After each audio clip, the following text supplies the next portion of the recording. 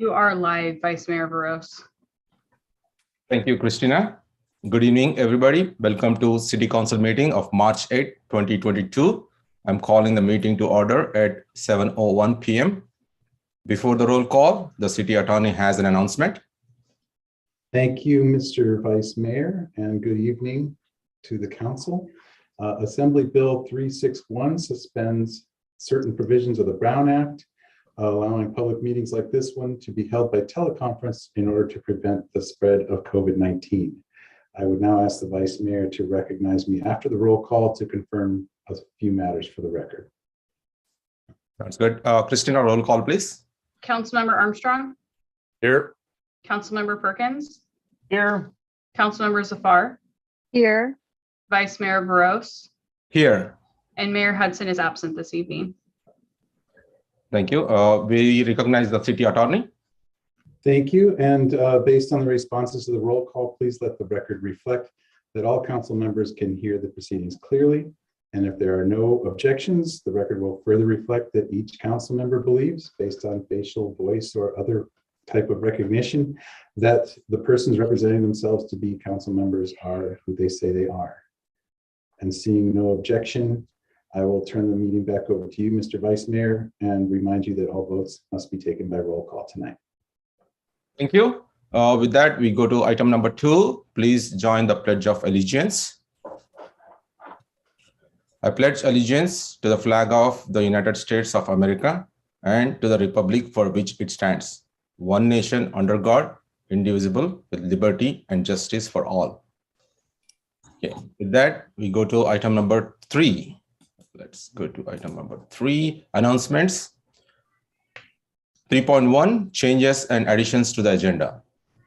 We do have one change, this requested change for tonight's agenda. This is not regarding an item on tonight's agenda, but there is one item that was noticed for tonight that will instead be heard at a later date. The public hearing declaring the results of majority protest proceedings and renewing the San Ramon Valley Tourism Improvement District that was noticed for today, March 8th, 2022, has been extended to March 22nd, 2022. Thank you. So any motion, Council?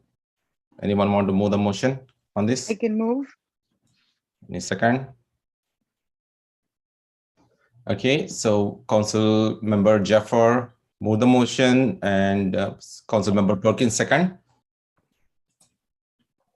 Any further discussion? Nothing. Okay, let's go for a roll call. Thank you. Councilmember Armstrong, Yes. Councilmember Perkins, Yes. Councilmember Zafar, Yes. and Vice Mayor Veros. Yes. Thank you. That's 4-0 vote. Thank you. Thank you. Okay, with that, let's go to item number 3.2.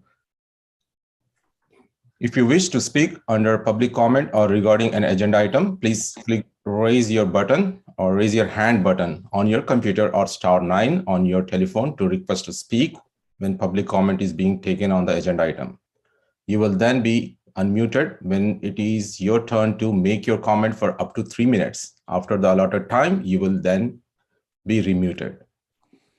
Okay, and then item 3.3, board, committee, and commission meetings. A complete list of upcoming meetings may be found on the city's website at www.sanramon.ca.gov.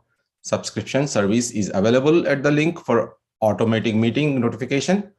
Contact City Clerk with questions at 925-973-2539. Okay, with that, we are going to item 4, public comment.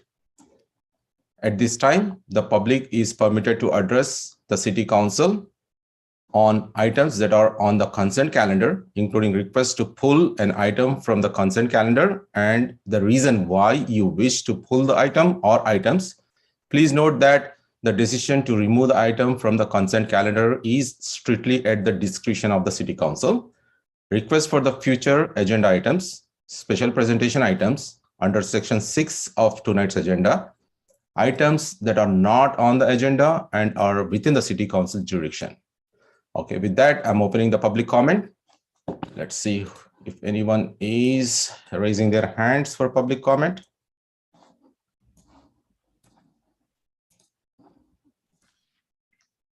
Okay, I don't see any public comment hands raised. Okay, with that, I'm closing the public comment. Okay, Christina, any written comments? We did not receive any written comments this evening. Sounds good. Thank you. With that, we are going to the item 5, consent calendar. Do I have any? I can move. Yeah, I can I'll move second. item 5.1 to 5.5. I'll second 5.1 through 5.5. Okay, Councilmember Jaffer moved, Councilmember Perkins second. Any further discussion? Nothing. So, okay, let's go with the roll call. Before a motion is taken, we do need to read the title of item 5.5 for ordinance 513. Would you like me to do that, Vice Mayor? Please go ahead. Ordinance 513, repealing and replacing section A3-22 districts of the Santa Rosa Municipal Code. And then I'll go ahead and take a roll call vote at this point. Councilmember Armstrong, Yes. Councilmember Perkins, Yes. Councilmember Zafar, Yes. and Vice Mayor Veros. Yes. Thank you. Okay. So let's go to the item 6, special presentations with 6.1, proclamation declaring March 2022 as American Red Cross Month, presented to Andrew Sorley, Red Cross Contra Costa Leadership Council member. I'll go ahead and read the proclamation. Okay. A proclamation of the City Council of the City of San Ramon declaring March 2022 as American Red Cross Month. Whereas in times of crisis, people in San Ramon come together to care for one another.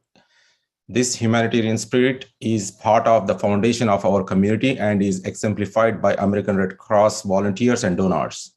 March is American Red Cross Month, a special time to honor the kindness of our volunteers and neighbors who aid families in need every day as they carry out organizations' 140-year mission of preventing and alleviating suffering. And whereas, despite the ongoing challenges presented by the COVID-19 pandemic, people have stepped up to help others in need, whether it was responding to this year's record-breaking wildfires, horrific tornadoes, extreme winter storm, cold waves, or summer heat waves.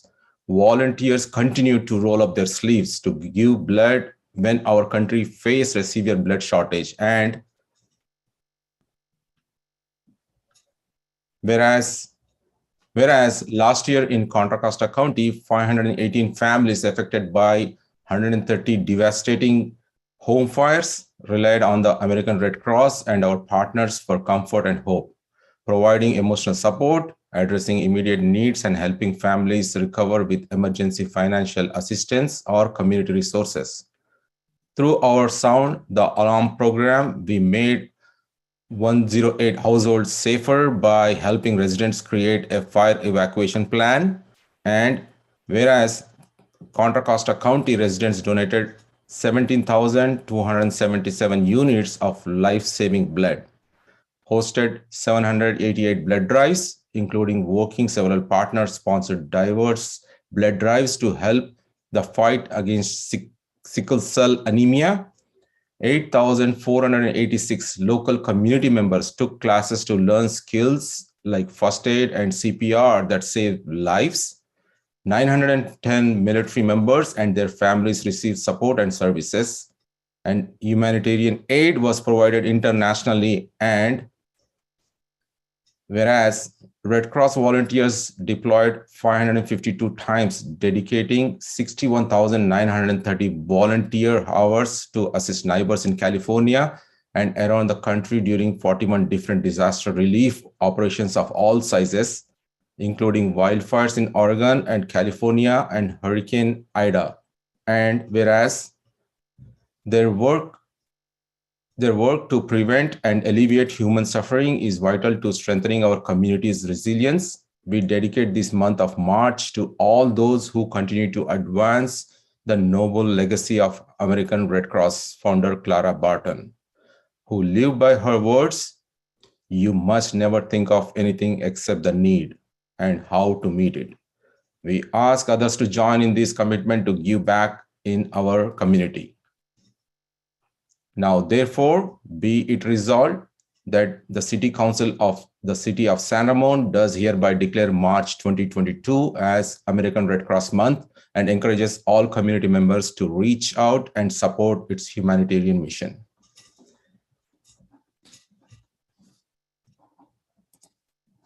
Okay,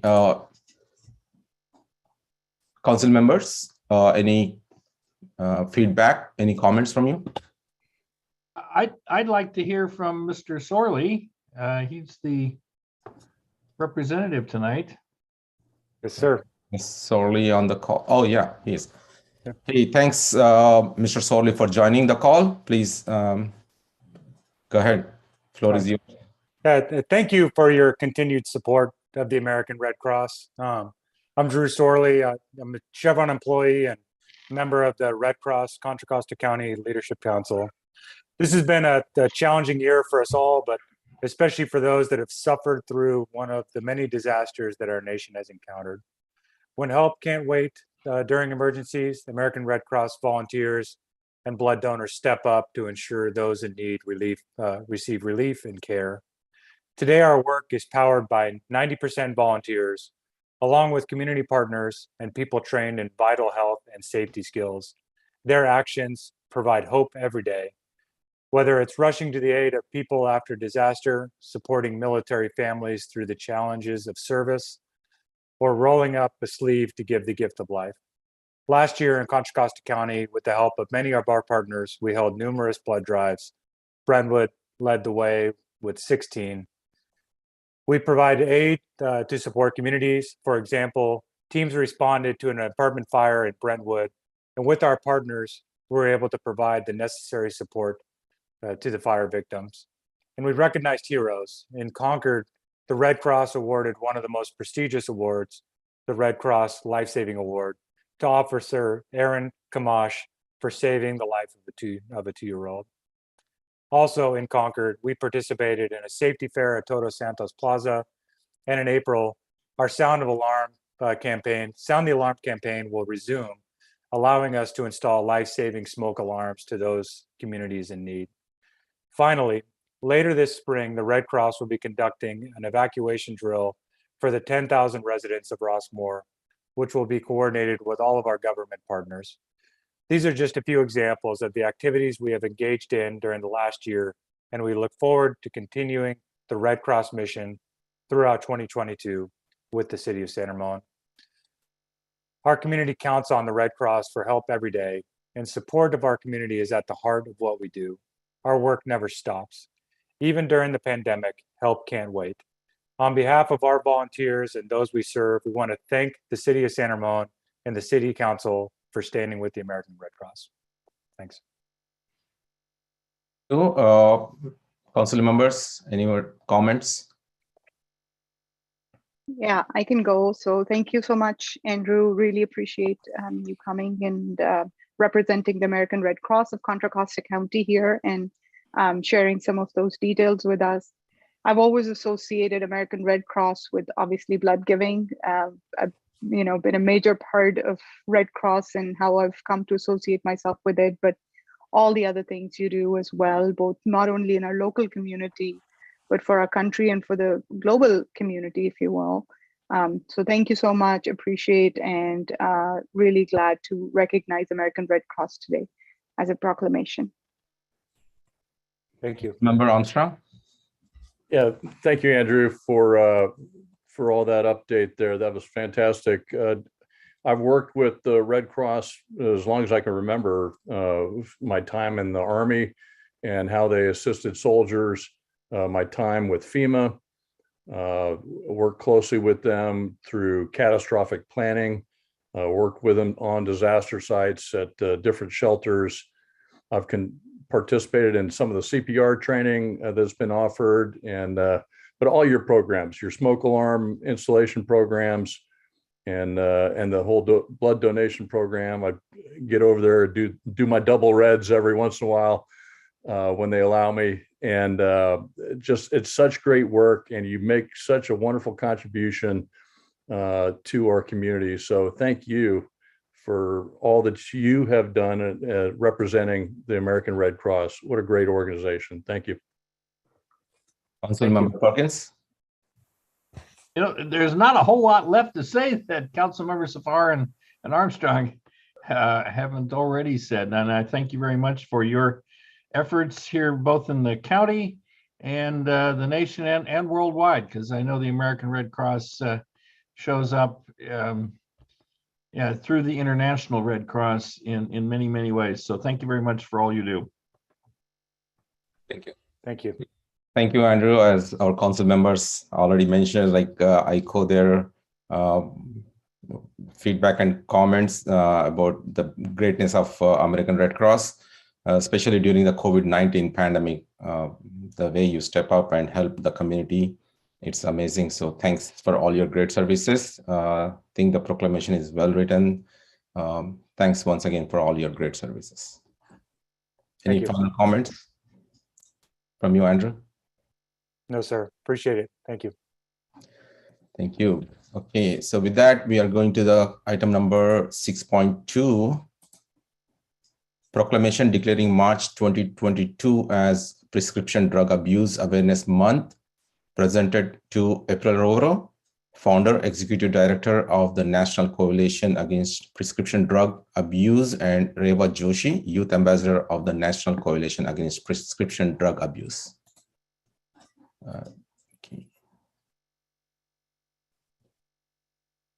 So Christina, are you going to share the proclamation?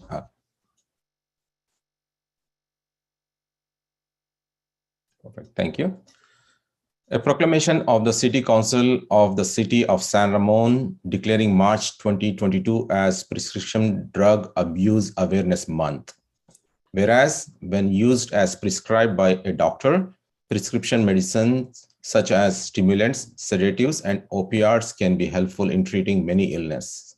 But when these medications are misused, they can have serious consequences. And whereas anyone who takes prescription opiates can become addicted to them, in fact, as many as 1 in 4 patients receiving long-term opioid therapy in a primary care setting struggle with opioid addiction.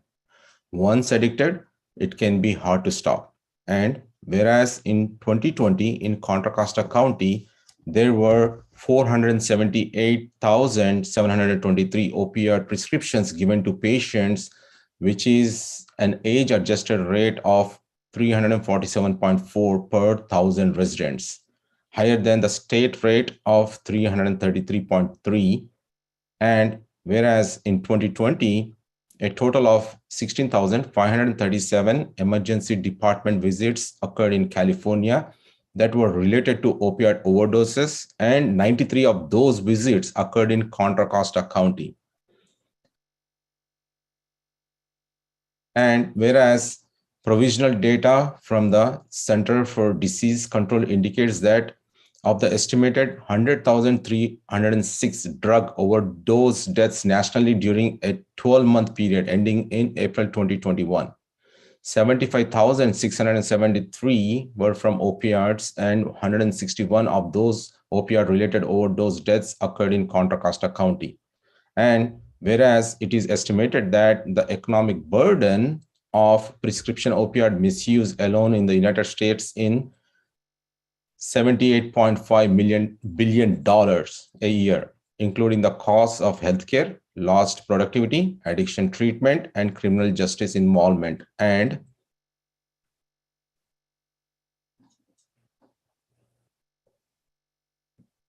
whereas the San Ramon City Council supports April 30, 2022 as National Prescription Drug Take Back Day, as declared by DEA, and encourages residents to locate their local collection site via www.viadea.gov and safely dispose of their accumulated, expired, and unwanted prescription drugs. And whereas the Contra Costa County Medication Education and Disposal Safety, MEDS, MEDS, coalition engages youth and adult stakeholders from across the country to participate in Prescription Drug Abuse Awareness Month activities to raise about prescription safety awareness, promote safe medication storage and disposal, and ensure naloxone is available for those at high risk of opioid-related overdose.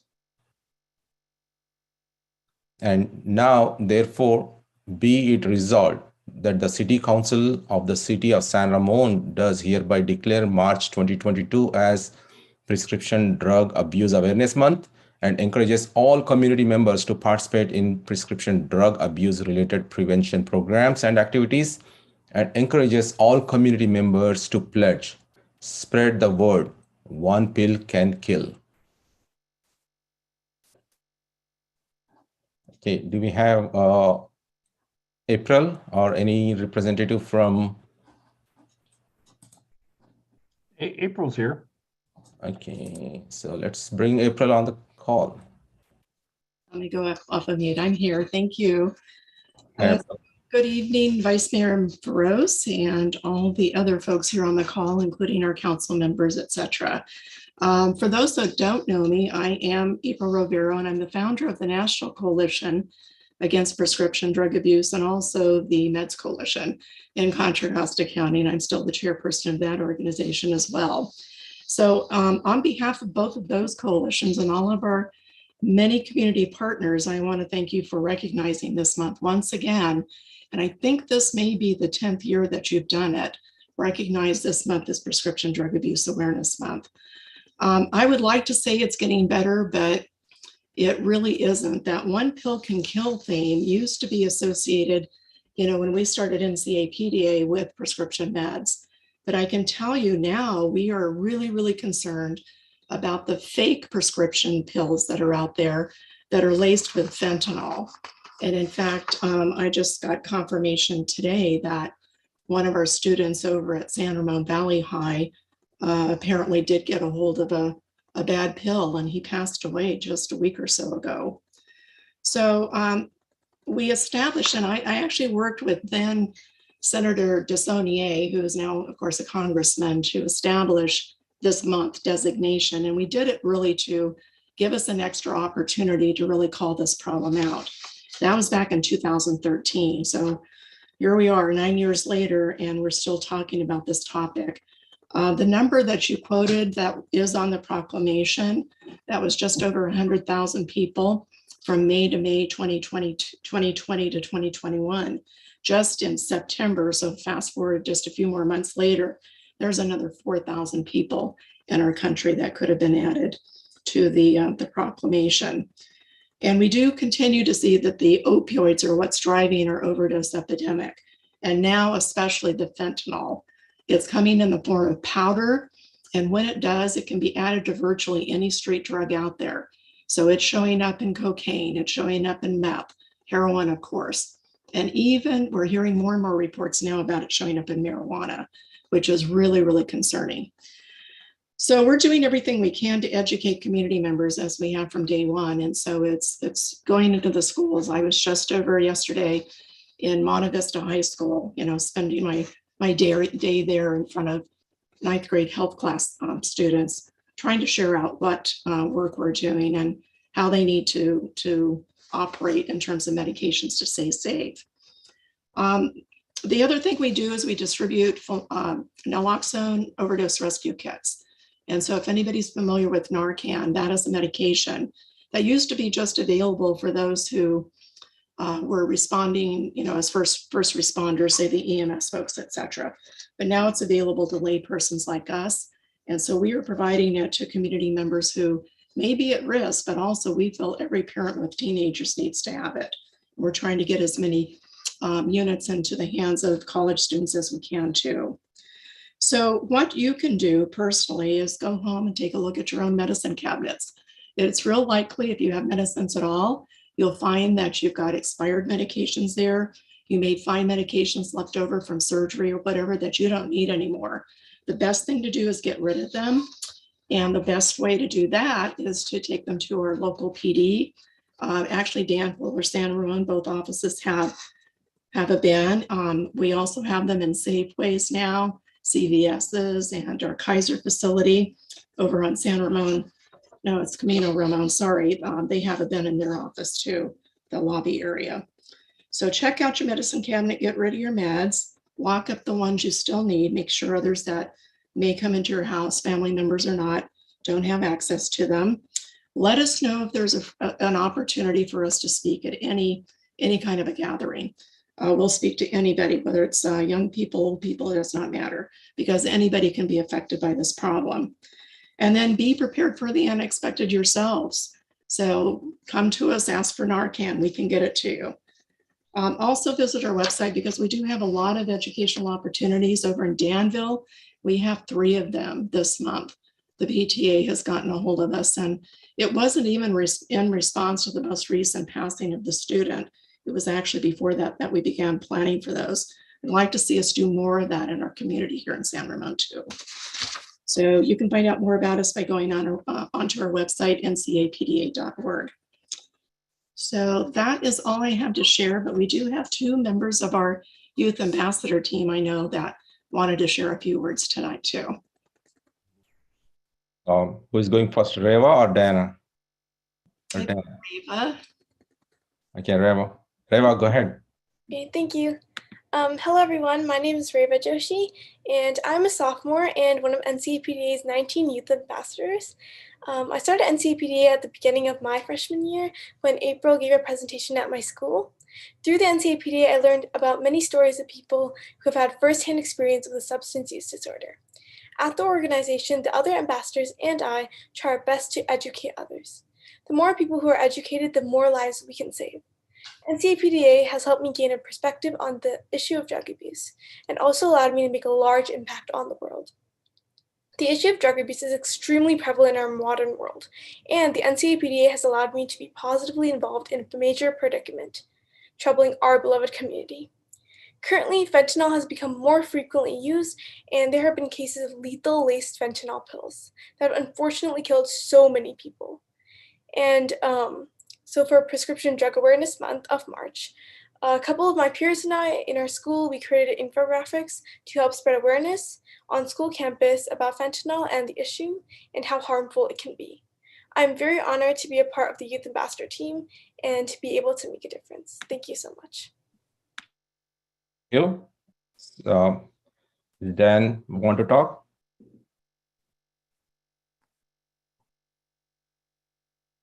Yes. Please Thank go. you.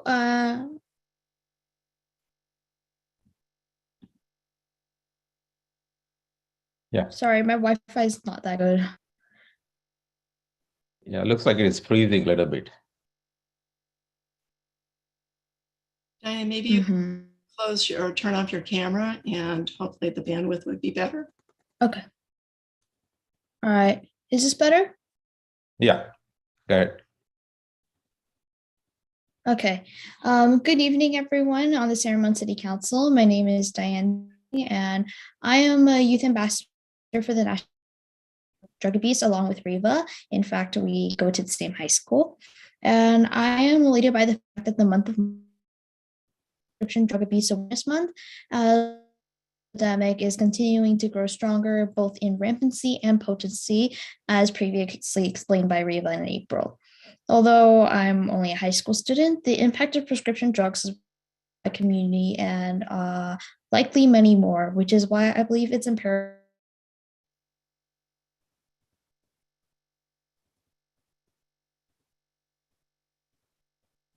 I think it is still freezing. Those around them, especially in. Yeah, then unfortunately, looks like your network is very close to home. And the fact that it can happen to any. Yeah. Still. Yeah, there are some gaps when you're talking because of the network issue, I think.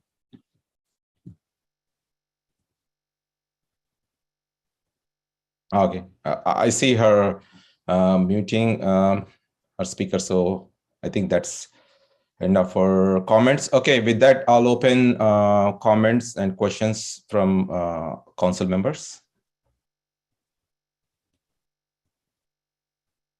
I can go? Okay. Councilmember Perkins had his hand up, so I'll let him go first. So, okay, start with Councilmember Armstrong. He's raised his hand first, so I see his hand first. So, yeah. All right, thank you. Thank you, April, and thank you, Riva and Diane, for your comments this evening. Wow, I remember this from last year, and the numbers were staggering then. They're still overwhelming when I see these types of numbers. This overdose and addiction crisis is real. We all know it. It's affecting people that we know. And I just want to thank you for spreading the awareness about this. I was able to participating in Leadership San Ramon Valley course, and part of that this year earlier was to receive training on Narcan, and I picked up some of that myself so that I could have that kind of readily available in case of a need. So I encourage everyone to do something similar and get your own to keep on hand. You never know when it might save a life. And I participated in the Citizens Police Academy, but also seeing different police reports and seeing just the prevalence of this fentanyl epidemic that is just plaguing our community. It's just sad, and just so thank you again for the awareness about all this and all the community education and advocacy that you do. It's great work, and just so glad that we can assist with spreading the word through this proclamation this year. Thank you. Member Perkins. April, thank you very much for being so active in this this program. I know it came from a loss in your family, but it's been very, very helpful throughout our community that you are there and in our schools to help the kids understand what this really means. And hopefully, unfortunately, you'll never know the life you save. You know that, but I'm sure that you have had a positive effect in our schools and on our youth and in our community, and I thank you for that. Thank you, Scott. Councilmember Jaffer. Thank you, April. Thank you so much again. This proclamation is really a small, tiny part that we can do in bringing attention to the message that you've been delivering. You know, I'm a fan and forever grateful meeting you as my kids were in high school and really being able to share the message that you'd shared with them before they headed off to college. So, you know, thank you to Riva and Diane as well for getting involved. And I know with their peers, they're sharing some of the messages. Honestly, once kids start going off to college, the education and the awareness that they take with them is so important because it's brutal, right? Once they go off, there are so many pressures on them. There's so many things for them to grow up and be adults and deal with some of those things. And to arm them with this information, which was born out of your own pain, I just thank you again and appreciate that we're able to do our small part in bringing attention to this pandemic, honestly. And I've seen in this last couple of years with the pandemic, with depression on the rise, with some of the mental health issues on the rise, it's been even more prevalent. And to get the message out again and again and make sure that kids or adults don't turn to prescription drug abuse, which is probably the easiest, you know, if it's lying in your medicine cabinet and you just reach out for it. So just want to say thank you again, and very grateful for everything you're doing. Thank you, Sabina. Appreciate that. Thanks, April, and to your whole team of National Coalition Against Prescription Drug Abuse. Really appreciate all the commitment, effort that you put. As a parent of 2 young kids, I understand the importance of your campaign against drug abuse. And especially my wife is a pharmacist. She tells me one thing always, or within the family or friends, that don't take any painkiller or anything unless you have to have it. So even if it is for any casual or anything, never even take a Tylenol. That's what she tells us. So you're definitely a great inspiration for me, especially that understanding the background, that how you involved, how you founded this organization. So thanks for all your efforts. I really appreciate it, and continue your great work. Thank you. Thank you. Appreciate it. Thank you. With that, let's go to item 7, deferred consent items. We don't have anything on that. So we are going to item 8, agenda item 8, city council appointments. 8.1, transportation advisory committee appointments. Staff report by our public works division manager, Brian Bronstein. Hey, Brian, go ahead. Good evening, Vice Mayor and Council. Yeah, this evening, staff recommends that the City Council review the Transportation Advisory Committee applications, accept the Planning Commission's recommendations, and appoint 4 members to the Transportation Advisory Committee for terms to run through January 31st, 2024. The TAC is comprised of 7 members, one of which is part of the Chamber of Commerce. Billy Hurley resigned to serve in the Housing Committee, and 3 members, Joy Bhattacharya, Nolan Chen, and Al Pacheco, terms expired. So the lucky number is 4. We have 4 down and we have 4 vacancies. All 3 members have shown interest and have applied to extend their terms. Al Pacheco also continuing to be the Chamber of Commerce link there. And then a 4th candidate, Edward Carranza, also presently serves on the Senior Citizens Advisory Committee, submitted an application. He just recently retired from Federal Transit Authority, a branch of the U.S. Department of Transportation. Both the Planning Commission Ad Hoc Committee and the Planning Commission unanimously approved, recommend the 4 applicants for the TAC. So at this time, we request City Council to appoint Joy Bhattacharya, Nolan Chen, Al Pacheco, and Edward Carranza to TAC with terms running through January 31st, 2024. And that concludes it. All right, I can move to accept the Planning Commission's recommendation and appoint Bhattacharya, Edward Carranza Jr., Nolan Chen, and Al Pacheco to the Transportation Advisory Committee with terms expiring January 2024. Second. Okay, looks like no questions. So I'll open public comments at this point. Public comments, if you wish to speak under public comment on this item, please use the raise your hand feature on Zoom or dial *9 on your telephone. When it is your turn to talk, and call upon a name, if provided, remarks are limited to 3 minutes per person, and a clock will be running on the Zoom screen. The speaker's microphone will be muted once the allotted time has expired. Well, I don't see any hands raised, so I'm closing the public comment. Okay, so with that, any further discussion on this? I think, okay, so let's go for a roll call. Councilmember Armstrong, Yes. Councilmember Perkins, Yes. Councilmember Zafar, Yes. and Vice Mayor Veros. Yes. Thank you. Okay, that's done with 4-0. Okay. Next, item 8.2, Transportation Demand Management Advisory Committee appointment. Staff report by our transportation analyst, Darlene Amaral.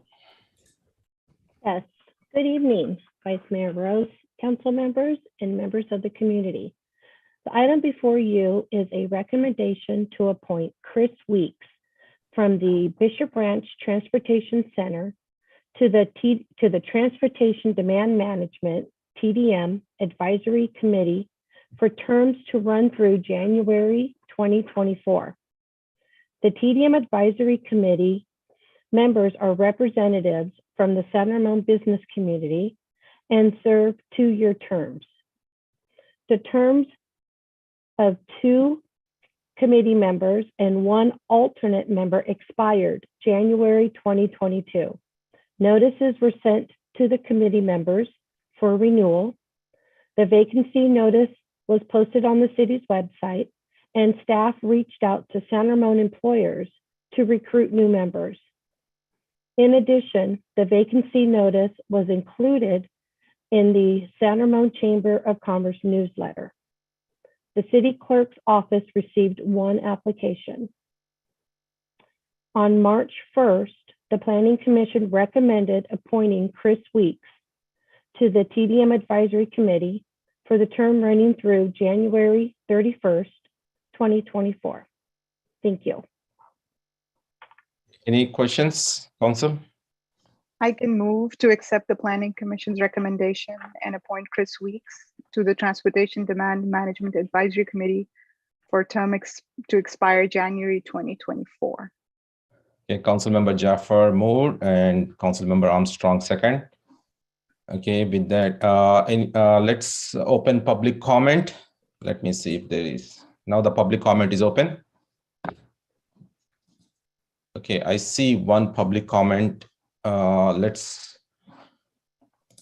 so just to make sure the public comments, if you wish to speak under public comment on this item, please use the raise your hand feature on Zoom or dial *9 on your telephone when it is your turn to talk and call upon a name if provided. Remarks are limited to 3 minutes per person and a clock will be running on the Zoom screen. The speaker's microphone will be muted once the allotted time has expired. So let's bring call in user 1. Yes, call in user 1. Hi, council members. I'm sorry, I have a hard time understanding you guys all night tonight. Did you guys accept the recommendation to appoint anyone? I did not hear anyone's name specifically mentioned. Did I miss that? I thought the report is appointing, is it Chris Weeks? Did I hear his name? I'm not sure. Can you guys please clarify your acceptance or your, you know, it's hard to understand you. I'm not sure why tonight. Thank you. Darlene, could you please update? Yes, sorry, but so the recommendation is to appoint Chris Weeks from Bishop Ranch Transportation Center to the TDM Advisory Committee for terms to run through January 2024. Thank you. And I did read the motion to move that. So yes, Chris Weeks' name was mentioned along with the term to expire January 2024. So that's done. Thank you. With that, I don't see any other hands raised. So closing the public comment. Okay, Christina, let's go for a roll call, please. Councilmember Armstrong, Yes. Councilmember Perkins, Yes. Councilmember Zafar, Yes. and Vice Mayor Veros. Yes. Thank you. Okay, with that, we are going to item number 9, unfinished business. 9.1, update on the public safety for mental health pilot program project, presented by our superstars, Police Chief Greg Stevens, Fire Chief Paige Mayer, and Preston Looper from Full Tilt Strategies.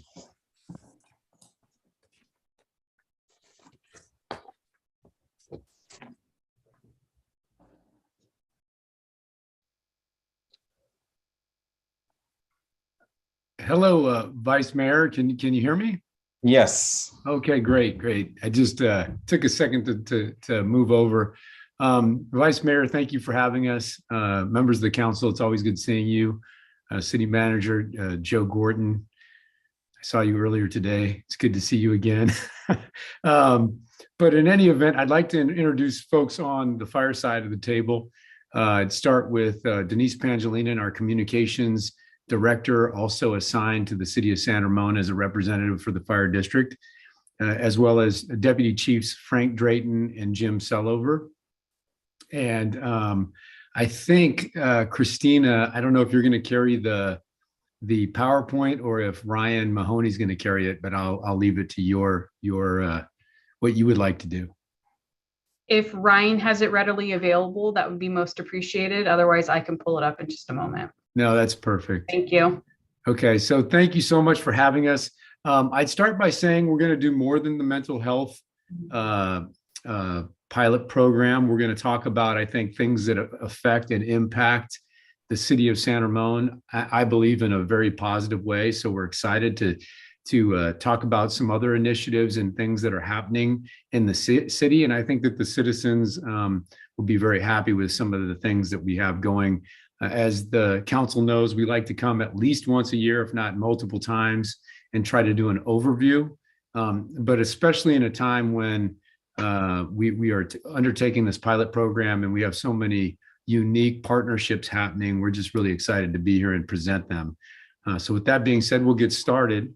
The first thing I'd like to announce in the next slide is that your fire department, and this has been out in a press release and I think is common knowledge, but anytime we get to brag about it, we want to. We've been rated as the top a rating that gives us the top rating of fire departments in the United States. Less than 1% of fire departments achieve this Insurance Services Office rating. It's important to us and we're proud of it because this rating in and of itself is done by the Insurance Services Office, which really sets rates and has a independent look at fire departments. And they are very, very strict in how they deal with evaluating our department. They look at our communications, they look at our firefighting force, they look at our water supply systems and how we treat firefighting in the district. And so for us to go from an ISO 2 to an ISO 1 is very unique. And I would say it's even more unique given the fact that we are a very, what I like to call a horizontal fire department, which means you have 150 square miles. So when you have 150 square miles, it's much harder to achieve a rating of 1 than if you had what I call a vertical city, which is very dense and maybe smaller, but vertical high rises. It's a little bit easier from that perspective. It is done, as I said, by the ISO office.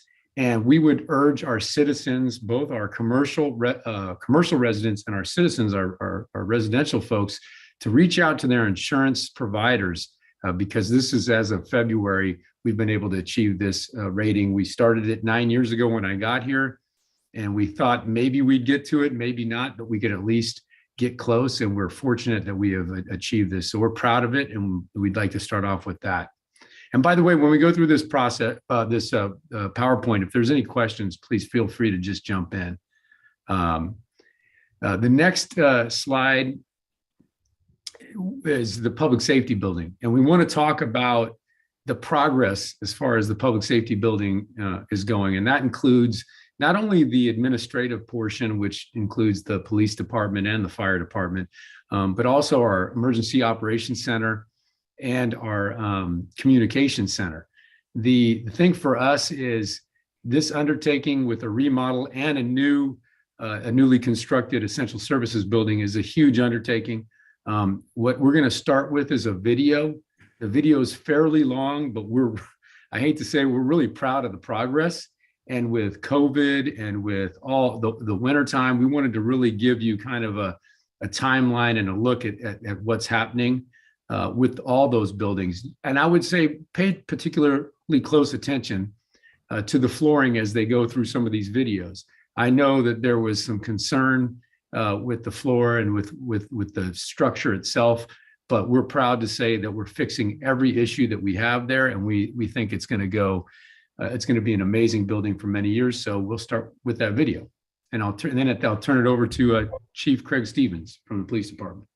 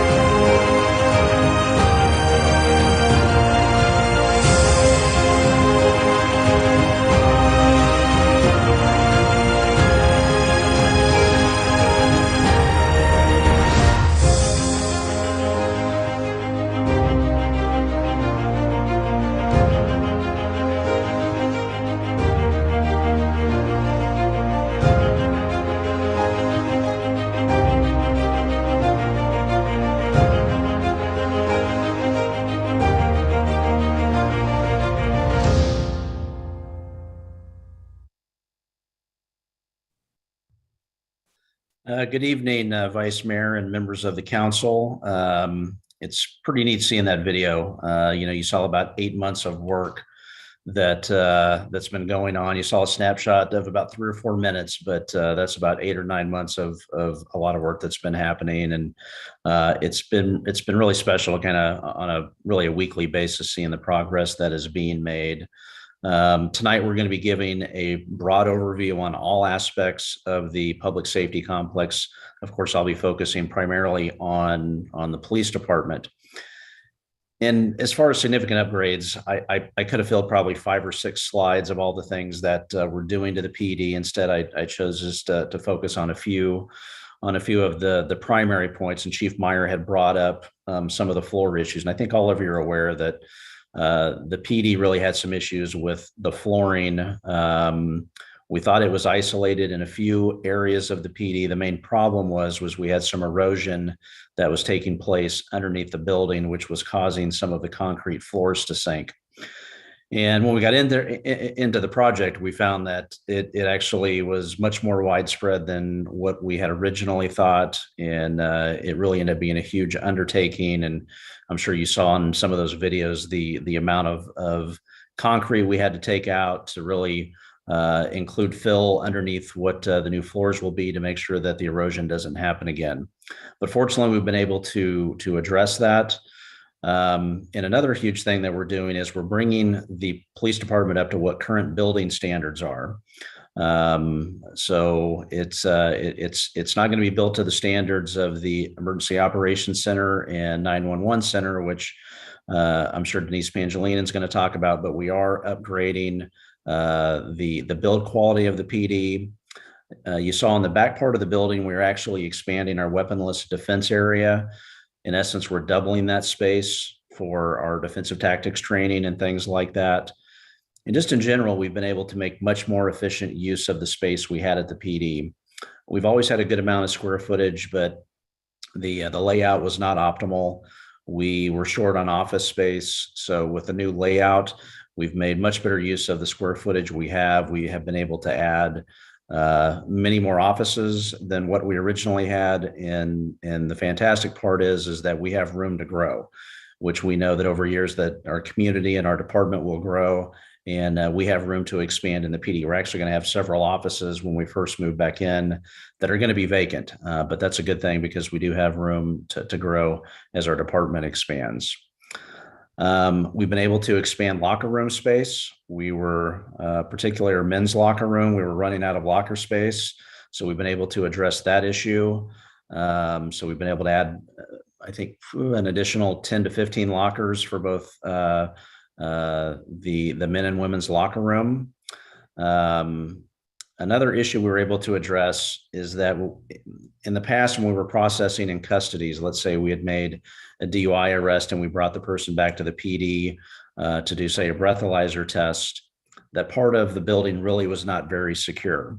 So we've been able to address that and make the in custody processing area much more secure and separate from the rest of the police department. And so that's, officer safety wise, is a huge step in the right direction for us. And another huge advantage is that we've been able to incorporate an area in the portion of the PD which will house our city inspectors. So I know all of you will get over there hopefully in the not too distant future to see the progress. I was just over there today. It looks fantastic. The last couple of pictures that you saw kind of shows what it looks like today. And just to give a brief update as to where we're at, is all the sheetrock is up. The majority of the paint is on the wall. You probably saw there's some dark blue accent walls in the PD that is like San Ramon PD blue, and we are hoping that the fire district is going to include that same color on their side of the building. But we may be getting some pushback on that. We'll see. There's going to be a thin red line in your blue paint, so you know. But we've actually, some of the offices are actually have carpet that's already being installed. Some of the floor tiling in some of the restroom areas is going in. Some of the cabinetry is already being installed. So a lot of great progress is being made. The plan is we are hoping that the PD that we're going to be moving back in the first part of June. So we're getting close. We are excited. And I think everyone that has gone through that building that hasn't been through it in a while, when they come out, they're like, wow, it looks really good. And the design is fantastic and it's really efficient in the way it flows. So I'm excited for my staff to get back in there, and I'm certainly excited for all of you to see it as well when it's done. So with that, I'm going to turn it over to Deputy Fire Chief Frank Drayton. Chief Drayton, when can you talk about that flooring? I think it'd be good for the council just to hear about the rebar and some of the gaps that you found. Absolutely, Chief. We went through and identified in the early stages of the three main areas that we needed to repair. As we opened those areas up, we found out that the original construction project, they did not compact the soil against the wall of the second floor or the basement. So we repaired all that, removed the old dirt and applied new dirt, rebar, reinforced the whole floor. And then we shot lines throughout the remaining of the building, and anywhere where we had less than a ½ inch of sag, we went ahead and opened those areas up and found areas that also weren't compacted. So I'm pretty confident that we eliminated 100% of the floor issues, and I'm sure that building's going to last another 50 years. Anything else, Chief? You want me to just jump right in? No, just wanted you to touch on that because I think that was important to everybody, but go ahead, please. The Emergency Operations Center, it's a essential service building. It's a separate building from the main building. It's 8,800 square feet. It is existing of 2 floors, both just over the 4,400 square feet. The EOC itself includes 2 breakout rooms. Also, it includes office space for our GIS analyst, iTech person, and the IT supervisor in that space as well. Also, a separate office for the ham radio operators. They're extremely important during a disaster. And we have a break room to support larger EOC activations. We're excited. Things are moving on schedule. And we're hoping to see the completion date to be September 7th for the building itself. Now I'll pass it on to Denise Pangellini, our IT director. Thank you, Chief Drayton. Vice Mayor, council members, I won't go into great detail regarding our current communications center, but I'd like, as a reminder for the community, to mention that the San Ramon Valley 911 Center is the primary receiving point for all police, fire, and EMS calls for service.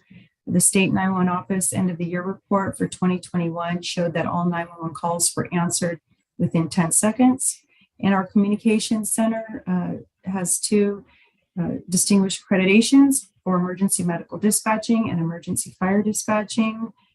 We were recently reaccredited in February 2022. We'll be receiving an award in April at the Navigator Conference, and we are the 2nd agency in California to have received emergency fire dispatching accreditation. So we're very proud of that. On to the fun stuff, the new building, the state-of-the-art systems and technology. A few highlights: we're going to be implementing a next generation phone system. It'll be one of the first cloud-based phone systems with real-time call routing integrated into our internal mapping system, which is part of our computer-aided dispatch, which is also called CAD. And this is particularly important, I think, for the police, since when citizens call in with an emergency, if they're traveling in a car, it will immediately map onto our internal CAD system, where we'll be able to see in real time the car will show the incident. It'll be like a dot and it'll be moving in real time. We'll be able to give real updates to police as they're trying to locate a vehicle that's having an emergency, or if someone's following someone that they believe to be intoxicated, or just any type of emergency. If police is in a pursuit and other people are calling, we'll be able to know exactly where our units are. So this is a huge enhancement for the police department. We also have enhancements to the text to 911 system where calls will display on the 911 screen rather than on a separate system that we have to pull up, which we do today. In addition, we'll have built-in translation services. If a citizen is texting, say in Spanish, it will immediately translate to English. The dispatchers will be able to type back in English and it will translate to the caller and back to Spanish. So this is done instantaneously. So this is also huge. And it handles every language you can imagine. So this is also a huge enhancement. And soon, within the next year, we'll have video capabilities where people will be able to send in video to the 911 center as well via texting. Also, we're adding 2 additional workstations. We currently have 6, so we will have 8 workstations for future capacity. As the city continues to grow, we are planning that we could potentially need more personnel, but also just for recall situations now, if we're working a major incident, we have the ability for 2 fully equipped police and fire workstations. They can do, all workstations can do both. And it also has all the latest technology. As you know, the dispatchers sit most of their day. They're not allowed to leave the building. They're mostly confined to the 2nd floor. So we have our new stations, workstations will be ADA compliant. They have height adjustability, storage units, a storage area for each dispatcher to put their personal belongings in. They'll have their own personal lighting and their own personal climate control. So something that they've never had before with any other workstations. We also have a video wall with multiple cameras and television feeds. As you can see in the photo on the slide, this is the real layout of what the communication center will look like. And we will have a video wall. The video wall is for cameras. We'll be monitoring cameras 24/7. We haven't finalized exactly everything we'll be monitoring, but we know for sure we'll be monitoring the perimeter of the building, the back lot for the PD, the gate, the records front lobby area, and potentially a holding cell area or conference room as needed if there was a reason to do that. And we also have the television feeds for if there's a working major incident, if the EOC was activated, we'd be able to follow the current event live in the communication center as well. So our completion date is September 7th, we're hoping, and looking forward to this project. Chief, would you like to add anything? Yeah, just a couple things. I think not most importantly, but very importantly to the council, and I know to our fire board, is to let you know that we're under budget as well still. So that's always a good day.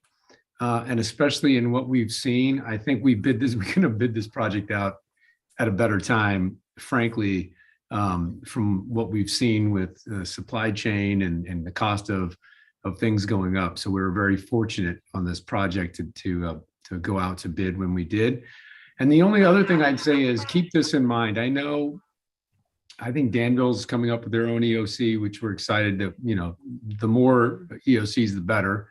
But I would say this, our communication center and our emergency operations center are both going to be essential service buildings. There's not another essential service building that houses EOCs and comm centers in the county. So I think that is a testament to how we do business, and that if and when something happens, that we will withstand anything. I think over an 8.0 earthquake is what that comes down to. So it's very important that that we have that capability when nobody else in the county does. And we will share that, obviously, if necessary, with the entire county. So we're proud of that. With that, we'll go ahead and we'll keep going. And to Station 34, this is going to be, I think, is a big deal for the council. I'm not going to say I've ever gotten a phone call from citizens or fire board members or council members, but Station 34 is your Central Park station over off Alcosta. And I think you'll like the rendering and how we're changing things around. So I'll turn it over to Chief Drayton to talk about this project.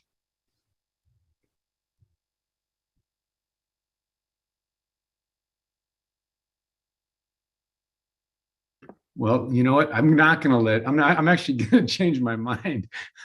Maybe because I think he got knocked off. He might not be there. So let me talk about it. This station, one of the things that we've had, this is a very centralized station for us. And the reality of it is, as you know, with the growth with the city center and all the projects that are going on, this is going to be a station that's going to also naturally grow. So having capacity is a big deal for us. We are taking the station from 6,500 square feet upwards of over 12,000 square feet. So this is a massive remodel for us. And we thought, from a perspective of the look of the station, it was very important for it to fit, as we have always tried to do, fit the aesthetics of San Ramon. And so we went through the whole process to make sure that as we go through the remodel, it becomes less of a backyard look. If you've driven by that station, I think everybody has driven by and kind of seen that it feels like you're looking into somebody's backyard, which is not aesthetically pleasing. But we feel like the new layout, which a lot of credit goes to Chief Drayton and also goes to our staff at 34, is to move things around. So now we have a more, I think, classic construction, so that when people drive by, it is a fire station. You can tell it's a fire station, and we're happy about that. But most importantly, from where we sit, we'll have capacity.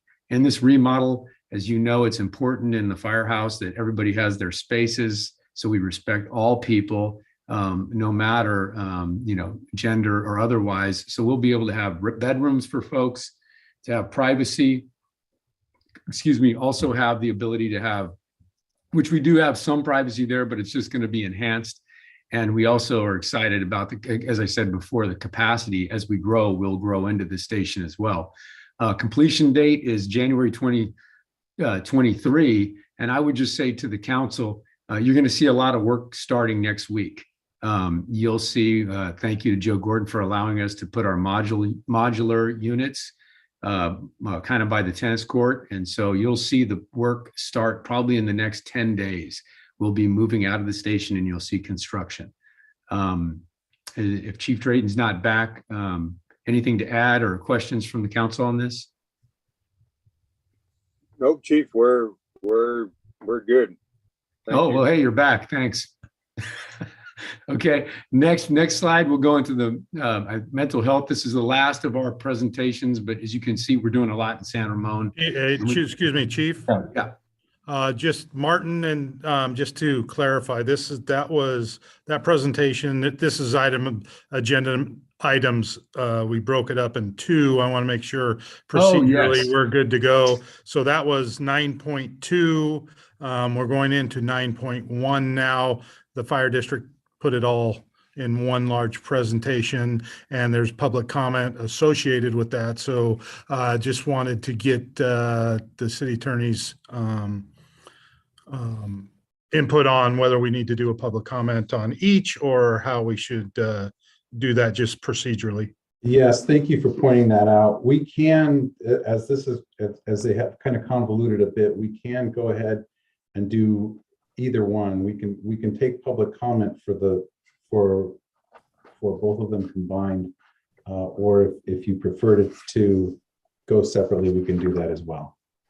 Either way, the public gets its opportunity to participate.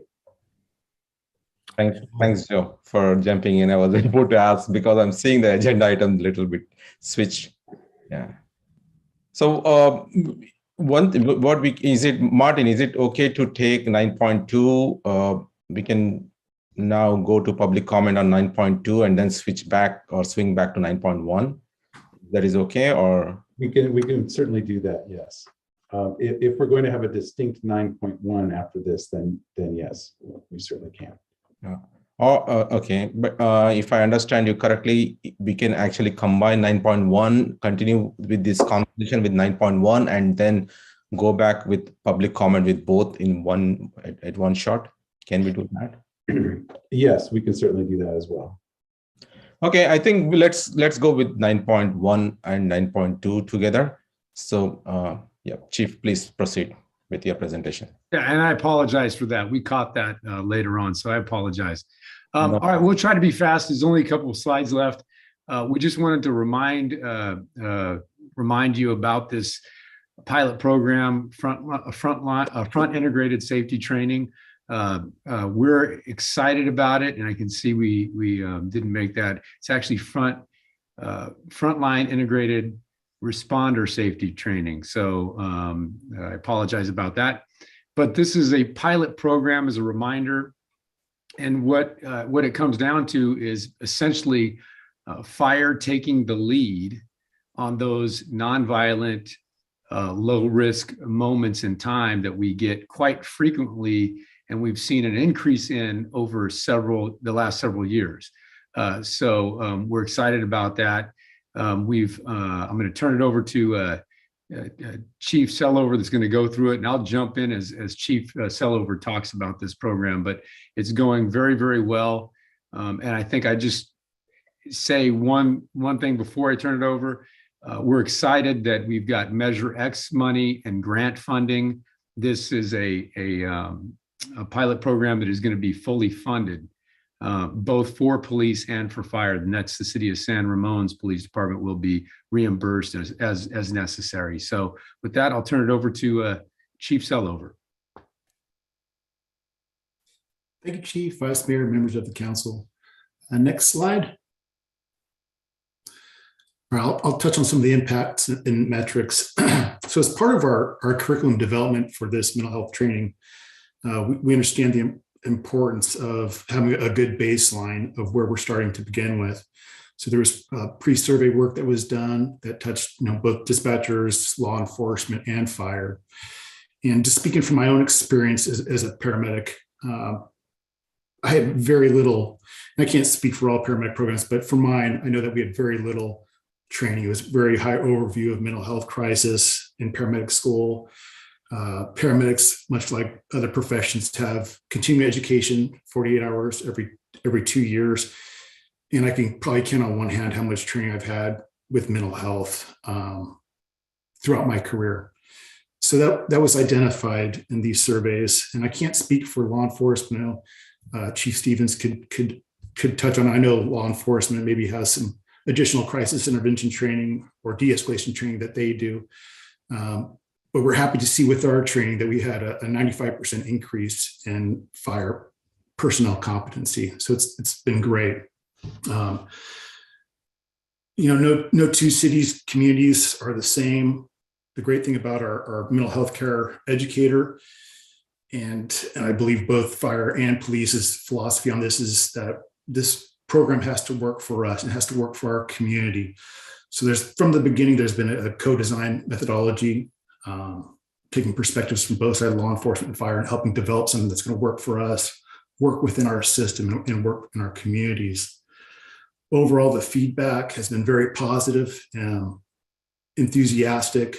We're hearing from both law and fire, and probably the great thing is we have both fire and law enforcement in the same room, going through the training together, communicating, working through challenges, and hearing each other's perspective. So it's been great.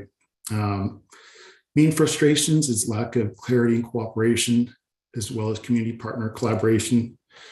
And I think when I think about this, I think about my career and how we've all kind of been siloed, both fire and EMS, police is siloed. We all have challenges. We all have basically restrictions on what we can do. So this has been a great opportunity to start breaking down those silos and working together on something that's going to ultimately have better outcomes for our patients and the citizens that we serve. Chief, is there anything you'd like to add? Or I just say that from our perspective, I can tell you in fire and EMS, we don't have a lot of training on mental health crisis or de-escalation. So when we went through this process, it was the right program at the right time to make sure that our folks are ready and skilled and professional enough to deal with the day-to-day operations. And this pilot program is just taking them to the next level. And I know the police department has had a ton of training in mental health de-escalation and crisis.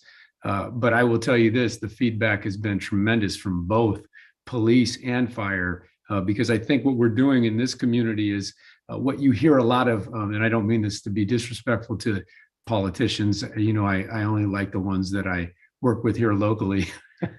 But a lot of them like to say reimagine and defund or fund or whatever the latest buzzwords are that they throw out there because it's what the polls say. What I will tell you right now is that we are doing it the right way. We are locally engaged in our issues, and we are funding in the right way, and we are giving our folks the tools to deal with these situations, not just using words and relying on other people to do them. And that's just my maybe arrogance on behalf of my folks that are really working hard from the dispatch center all the way to the firefighters and the police officers in the streets. So it's exciting for us. So I just add that. We can go to the next slide for you, Chief. All right, thanks, Chief. And just to wrap it up here with the next steps, we had some COVID delays in January. We're going to be wrapping up here with San Ramon PD in April. They're completing the last half of Module 2 and Module 3, along with our firefighters. So that's great. They've been through all 3 modules, and we're excited also and happy that we've reached out to Danville. They've been engaged, and they're also looking at starting some training here in April as well for Module 1. We're also very excited about, we've got a new position within the district, and it's tied to this program. It's a single role paramedic program. They're actually going through their specialist training this week. And then they've got an additional 2.5 months of training that they'll be doing before they're online. But we're very excited about that. They'll be on the front lines responding to mental health care, mental health crisis calls, along with the PD. And then the tying into that is, or basically our last step here mentioned is, you know, everything, we want things to be data driven.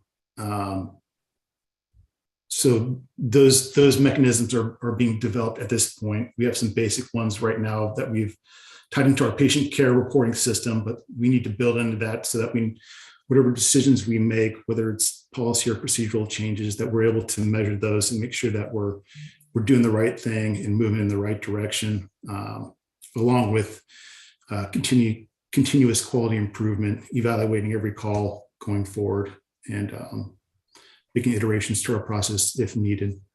Chief, anything to add? Yeah, thank you. And I think just in closing, because we'll take questions after this, when we look at the single role program, please don't misunderstand that as this is going to be a specialized unit and they're the only ones going. I just want to clarify, every firefighter, every one of your frontline firefighters are being trained. We just understand that in having a single role program, which means that it's an ambulance that's not fire specific, it's actually broader, that we have an added tool in our toolbox to deal with some of these issues and deal with surge, calls and things that start to rise. We can put them into action.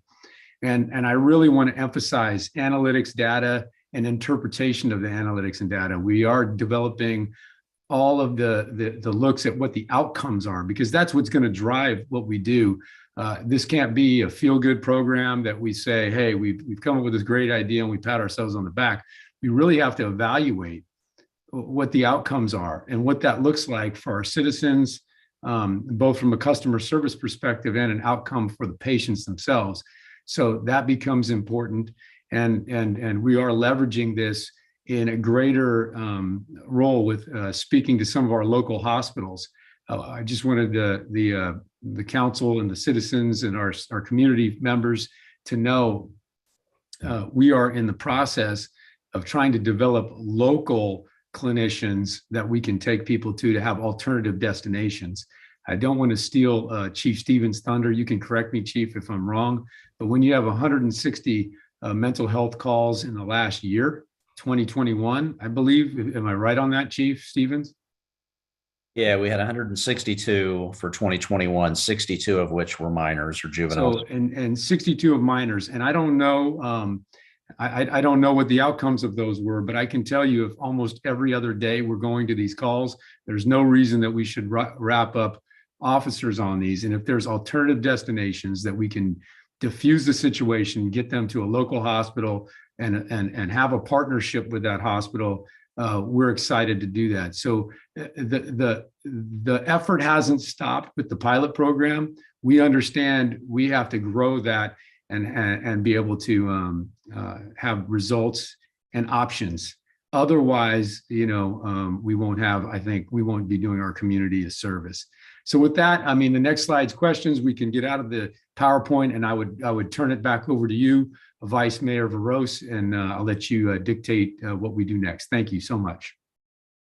Thank you for presentation. So Martin, just to make sure, so we can add item 9.1 and 9.2 for our council questions, clarifying questions. So yes. Okay, yes. perfect. So council members, please go ahead. Any questions for item 9.1 and 9.2? Council member Armstrong, please go ahead. Yeah, thank you. Great updates. I was busy taking a lot of different notes, so you might have said this, but with respect to the different modules and the curriculum that's being developed for the program, the pilot program you were just talking about, is that done by Full Tilt Strategies? Is that who's doing that, or who's developing this curriculum? Yes, Council Member Armstrong. It's being developed not through Full Tilt themselves. This is our program. It came from us, but they're helping us as we translate this because we know we're not that smart. To be quite frank with you, we know we've got great ideas, but to put those ideas into actual safe practices where we're actually teaching folks the tools that they need when they're dealing with those situations became very key. So we had to marry our idea and our, I think, great knowledge, but also bring in somebody that is one of the top folks in the nation to help also bridge those gaps that we might be missing. We're smart enough to know what we know and more importantly, what we don't. Great. And as far as the pilot program, just sort of what's the bottom line in terms of when do you think the initial training is going to be completed and when the pilot will be done and we'll start to see the implementation of the actual fruits of all this training? Yes, you'll see, Councilmember Armstrong, you'll see probably right around July, a rollout of this program. And it right now is specific to the city of San Ramon. So it's only going to be in the city of San Ramon. We hope that others will come to the table. We have had discussions and believe that the sheriff is very interested in joining in. But that being said, we just have to work out those issues. But July would be our target date. And it would have been earlier in the spring. But as we said, we had to cancel, as everybody did during the surge, we had to cancel a couple of trainings. So that's the focus. And every 6 months, it'll be a review of the data and make sure that we have an ongoing look at how it's happening and how things are going. And I will say to Chief Stevens, being a part of it, feedback from both sides of the table, right? We're working together on this, and we really have to be in lockstep as we do our evaluations as well. Okay, thanks. Great update and a great partnership. Thank you. Councilmember Jaffer. Thank you. Hi, Chief. Good to see you as always. So I had a couple of questions. I know you shared something about our points going down. I can't remember what it was, but it went down from 2 to 1. Does that mean people can share that with their insurance companies and get their rates down? Yes, we're hoping that information gets out. We did a press release, but it's very important. There's 2 things I think that happens with that rating. The first is there's supposed to be some form of savings. That's what those ratings are based on. So if you have a 1, it should drop your insurance rates at some level. That being said, we can see everything raising in price, right, across the board. So even if we can keep people flat, we'll be happy depending on what the insurance companies are doing. So that's number one. But number two, and I think you've all felt this, heard it, had a friend, had somebody in the community reach out to you and say, hey, nobody's covering me from a fire insurance standpoint because what's happening in California. We think it gives some real leverage and compelling information to the insurance companies to say, hey, I live in a community that has the top rated fire department in the nation. So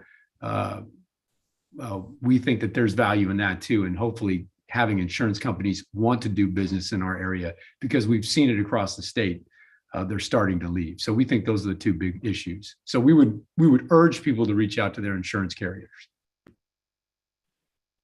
Thank you. And I guess the other question I had, when you mentioned local hospitals, would you take them just to local hospitals or would you partner with local providers as well in the community?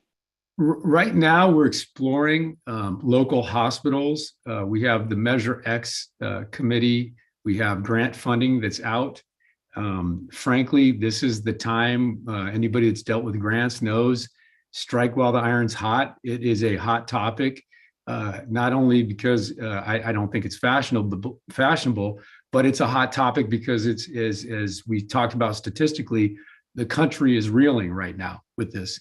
So we think we need to be at the forefront of that. So our thought process is how do we leverage those grant funds and engage our hospitals because they don't have clinicians at every hospital. As a matter of fact, our tools in our toolbox are to de-escalate and try to get them alternative options, but we don't have an alternative destination as of yet necessarily. We have the MCRT team, which I believe is now only Monday through Saturday. They're not open on Sundays. They don't even deal with juveniles. They actually contract things out for juveniles. So for us, we're trying to find alternative destinations because that's what's going to defuse the situation, kind of cool the temperature down and allow for maybe a less of a blunt interaction when folks are having these issues.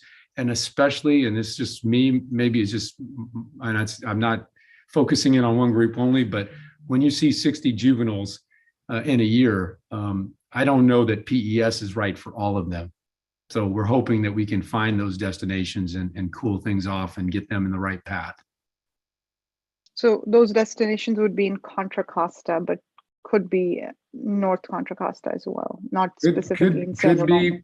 Could be, but our focus again is to talk to people that are in close proximity and then again, leverage the grant funding, the Measure X funding and think outside the box. Because I really do believe that if local folks don't start solving the problem and we're all going to wait on the county to solve it or the state to solve it, I don't know that will happen, and we just aren't confident in that. So we're taking an aggressive approach, and who knows? Maybe some of you will get a call from me to go join me at talking to our local hospitals. You never know. So a little pressure too. Happy to. All right. Thanks. Thank you. So Member Perkins. Chief, thank you for thank you to you and your team and Chief Stevens as well. Thank you for the update. I'm just always amazed at what a quality collaboration we have with the fire district. That doesn't happen very often, and it takes quality people to make it happen. And it takes a level of trust that doesn't exist everywhere. And I do appreciate that you make these presentations. It raises the level of trust that we have in you, and I'm sure that the same goes for your board, having trust in the city. We share constituents, and so spending money on their behalf, whether it's in the district or it's in the city, it benefits us all. And I thank you for the work you're doing, and I really appreciate what we're going to get when we're all done with this and the fire admin building and then the fire training center. And boy, it's going to be a wonderful experience all across the city and the fire district. And I thank you for the update. Well, just so you know, Councilmember Perkins, it's really hard to get Chief Stevens out of the firehouse here. He just, starts walking around. A lot of free food here, a lot of things he's not used to, but we're going to get him, we're going to keep him on his diet and make sure he stays in good shape for all you guys. I will say I was over there today and I got like a $5 bottle of water that I'm like, wow, you get $5 bottles of water at the firehouse. So yeah, I may be over there a little more frequently. I'm sorry, I thought you were focused on the cookies, but anyway. Thank you. Okay, with that, I have one question regarding, first of all, thanks for a great presentation. My question is regarding the support of our county office. Do we have any support from them, or if yes, what kind of support we are receiving? Yeah, yes, I would say everything that we do, we have the local emergency medical services agency, the LEMSA, and we are required, but we also do it anyway. We have a great partnership with the LEMSA in all of these initiatives. So they're sitting front and center. As far as the MCRT and the counties, well, that's the mobile crisis response team. We're there to support them. So we naturally kind of fit into the system, and we continue to work with them and reach out. But I will say that, they've got, their focus. And when you deal with the whole county, I think you end up getting focused in certain areas maybe that are pressing for a county, and we become secondary. But it's nothing against anything they're doing. They've been supportive of us. We continue to be supportive of them. And I think that we naturally fit. This is a program, I think, that will really complement each other. But we're also, again, as I said before, we're looking for other avenues as well. Anything we can do to up our game in the community is what we're focused on. Hey, Chief Meyer, if I can just weigh in real quick, and I kind of want to piggyback off Councilmember Perkins and just say thank you to you, your team, and your board. I think it's important to note that you came to us with this. You saw that the issue that this was, how it was impacting our community, and this was your idea to come to us and propose this. There's really nothing in it for you guys. This was simply identifying a community need and leveraging the resources that you have. So I just, it's not easy for me to say nice things about, the fire guys, but you guys really stepped up on that, on this. We appreciate it. We certainly appreciate your board supporting this. And one thing I'll mention, we talked about the number of 162 mental health commitments. That's a small percentage of those calls we actually responded to. Those are calls in which we actually determined that someone was either a danger to themselves, a danger to others, or gravely disabled. There's many other calls that we responded to where someone is, suffering some level of a mental health crisis where they don't meet that criteria. So don't get stuck on that 162 number. That's actually a small number. We're going to a lot more calls than that. And to have a different response model to those calls, I think it's going to be a lot better service for our community members that are struggling. And we do hope that we're going to have some analytics that we can look at after this program is up and running to see, hopefully we are making a difference. And I think we're all pretty confident that we will. That's certainly the goal. Good. Let me open the public comment. After that, we will conclude with our council members' feedback or comments. So I'm opening public comment for both item 9.1, update on the public safety for mental health pilot program project, as well as 9.2, update on public safety complex, communication center, and emergency operations center. So now the public comment is open. I see call in user 1 and Joyce Carr both raise their hands. So Christina, let's get them onto the call. Okay, I see call in user 1. Go ahead. Hi, everyone. Can you hear me? Yes. Okay, so since we're doing 9.1 and 9.2 together, so bear with me. I have 4 items. The first item is for 9.2.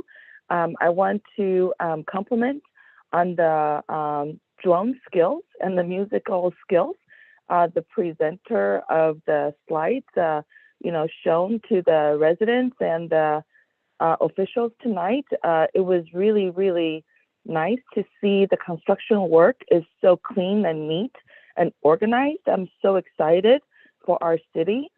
These buildings are going to be our heritage, and I'm just really grateful to the chief of the police and the fire officials for taking your diligence to oversee the smooth transition and progression of these buildings that we will be owning for decades to come. Thank you so much.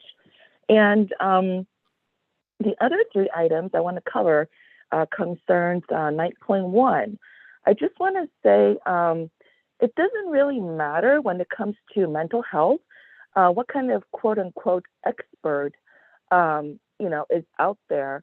I think it is so important that the community can first trust the first responders. And I'm so grateful and glad that it will be the PD and the fire marshals who will still be executing these duties. I was a little bit concerned that you guys are going to subcontract out to a company or a clinical.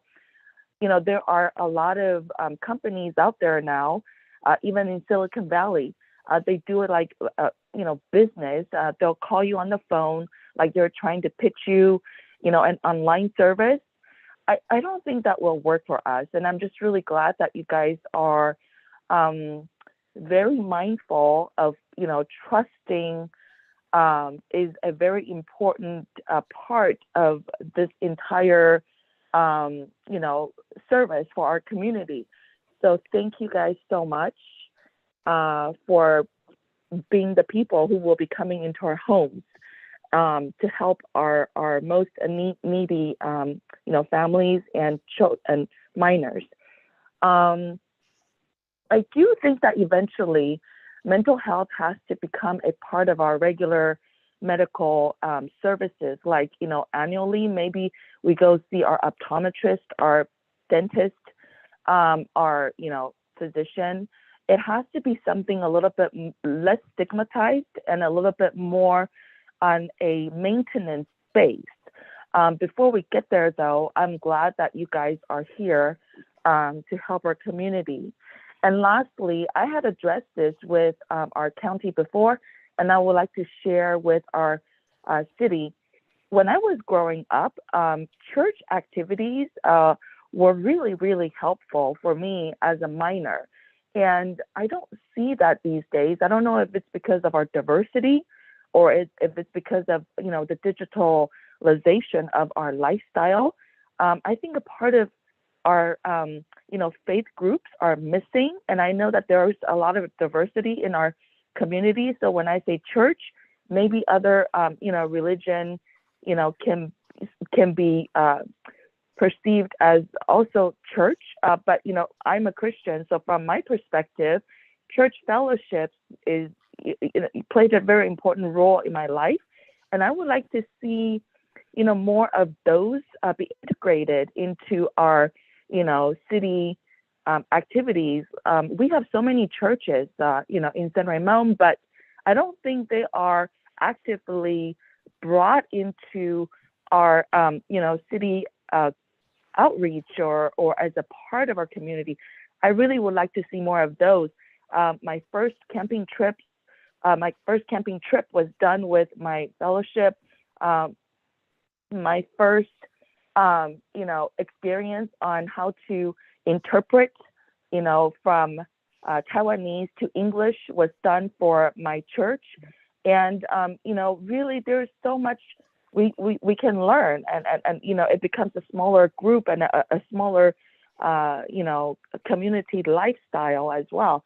So please consider tapping into that very important aspect of our community as well. And hopefully that can also alleviate your burden, for doing, what you do. And just want to thank you so much. Thank you for the opportunity to share my thoughts and comments with you. That's all. Okay, let's bring in caller Joyce Carr.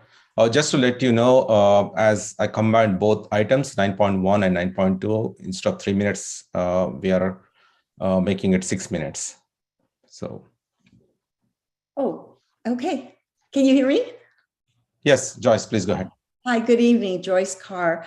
I just have sat and listened to this presentation, and I love this city, and I'm almost can't even find the words to tell you how pleased I am and what a great job each and every one of you has done in putting this program together and making the improvements. And I'm very, very, very, very thankful that you have taken the time to do this, because San Ramon is a wonderful, wonderful city, and it's getting better with this program. It's absolutely amazing. So thank you so very much.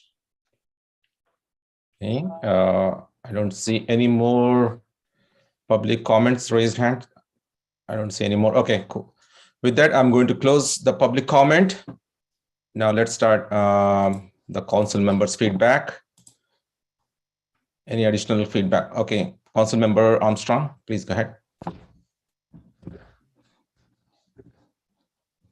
Yeah, I'll just say, again, thank you for these presentations from all of you, Chief Stevens, Chief Meyer, and your key leaders there. Great information. Public safety is one of the most important things, if not the most important thing that we do, and what we owe to the citizens of our community. So I appreciate the work thus far. I especially I love that program, that pilot program that's going on. I think it's a great program. It's the right type of response for the right type of people at this critical time in our history. And super excited about the progress on the public safety complex, and can't wait to get to the ribbon cutting whenever that is. I'm looking for that invite. But I think this has been great awareness for us as council members, as staff, and great awareness for the public who's listening in tonight and who's going to watch this on YouTube at a later date. Really good information and tremendous initiatives. So thank you for all these updates. Member Jaffer. Thank you. So again, thank you so much, Chief Myers, for the presentation. I just want to say our city is very lucky to have leadership like yourself, Joe Gordon as a city manager, and Chief Stevens, and coming together and really working on it to think something which is solving something for the community. And like you said, people are frustrated, the things are not being done at the local level. Some of this is not executed, and we plan too many things and think about too many things. So I really appreciate this effort that you brought in front of the council, San Ramon being one of the leader cities in what we're going to be doing here. Doesn't only make us look good, but really puts us as a leader, not only in the state, but in the country in what we're doing. So I appreciate all three of your leadership in bringing this to us and working on it, and Paige Meyer for thinking about this and presenting to us. And I do want to say thank you to Deputy Chief Drayton and Denise and Deputy Chief Soliver for your presentations as well. Thank you so much for coming together as a team and presenting and sharing this with us and with the community. Like Councilmember Armstrong said, this is something which our residents will learn and benefit from, but will also allow us to get the word out. So I'm looking forward to, both there were so many presentations, so comments might be a little bit longer. First we got the video. So I was going to recommend if we could play the video in the rotunda. Joe, I don't know if it's a pretty cool video. We could spice it up with some Red Hot Chili Peppers music maybe, or something like that. But hey, something that I think it's a great job. So it really shows what's going on. And I think things like that show the community as well the progress we're making, and includes them as part of the process. We've gone through a lot of work to get this done, approved, and finally that it is being now built. I think videos like these are very, very meaningful. And then what was my second? Yeah, I'm glad it is first and not fist, because you forgot to add the responders in there. But yeah, again, I think that's, I can stand behind the first. So that's it. Thank you so much. Appreciate all the work here and looking forward to the ribbon cutting. If I may, Vice Mayor Veros, I just wanted to say that it's been a joy to mentor Chief Stevens and Joe Gorton over the years, and it's been a labor of love. It's been challenging at times. I'm not going to say that there haven't been a few tears shed, but they've been fun to work with. I will say that. So thank you so much, Council Members Zafar, for your kind words. Council Member Perkins. Sabina, I'm a little upset with you because you stole my line. I'm so glad Which one you was put that? the response part of first, because mental health fist is probably not the image you really wanted. But oh well, maybe it was Freudian slip. I don't know. But thank you so much for putting this program together, working with our chief, working with our PD. I know that's a challenge, but for you anyway. But it's going to pay dividends for the community, and it will pay dividends for both PD and the FD. Sometimes having an officer armed and with both a taser and a sidearm isn't the image that person in crisis wants to see. And so having someone who's potentially at least less threatening visually can make a big difference to these people. So I'm looking forward to hearing about the results when we can finally dispatch these teams and see it happen and help in our community. I'm sure it will have a very positive impact. So thank you very much. And I'm really glad to see the progress on both the police department and the EOC and dispatch center. That's fabulous. Thanks again. Good. Thank you very much for presentation. I was so immersed and excited looking at that. I realized about the flipping the agenda item after when you're done with the presentation. So it was such a good presentation. Thanks for sharing all that valuable information. Already our council members shared all the thoughts, how valuable it is. So definitely we are looking forward for this fall to all come together. And oh, by the way, congratulations, Chief Mayor, for all your hard work, for 9 years of hard work, and then you got well-deserved ISO rating class 1. That's fantastic. And also, I really like your thought process of having our station 34 from 6,500 to 12,000 square feet as a proactive measure, because we all know that as especially that region is going to grow as in the future. So it's very good visionary thought to bring it. And thanks to our Chief Stevens, always listening to us, all local politicians, listening to our local politicians and putting together about the mental health as one of our top priority in the community. As we keep hearing this from community all the time, and but then we took the action. That's the beauty of our community, as well as your services. That's why we consider you both fire department as well as our police department as our shining stars of our community. So, and also as Council Member Perkins mentioned, right? So it's one of a unique collaboration work that you're doing that is not going to only be a solution for San Ramon community, but it is, I'm sure it is going to guide as a solution for our nation in upcoming years. So thanks for all your great work and making us look good. Thank you, Vice Mayor. Feroz and council members. And I just close with this from us. Thank you for allowing us to present. It's always an honor to be here. And I would be remiss if I didn't mention that we have our board members watching, and they have been fully supportive of all these, and they're very appreciative of our partnership and really the reality that we're all one. So on their behalf, thank you for having us, and thank you for the continued support. We would definitely like to extend our thanks and congratulations to your board, our 5 district board. Thank you. Fantastic. With that, okay, let's go to our item 9.3, discussion of returning to in-person city council legislative body meetings. Okay, thank you, council. As you know, we've been considering this for some time now, and once again want to engage in a conversation as when we would like to start in-person city council meetings. We have the capability, as I've mentioned in previous meetings, to conduct hybrid meetings. And when I say hybrid at this point in time, I'm specifically stating to allow the public to participate remotely.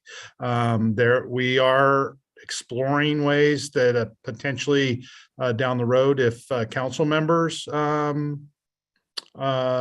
participate remotely, but at this point in time, this discussion surrounding having a remote hybrid, allowing the public to participate remotely, and then of course if maybe there's a consultant or something that's out of the area, but it's designed for the council to return to the council chambers, have in-person meetings. So there's a number of considerations that we would want to take, and start off with as the health department.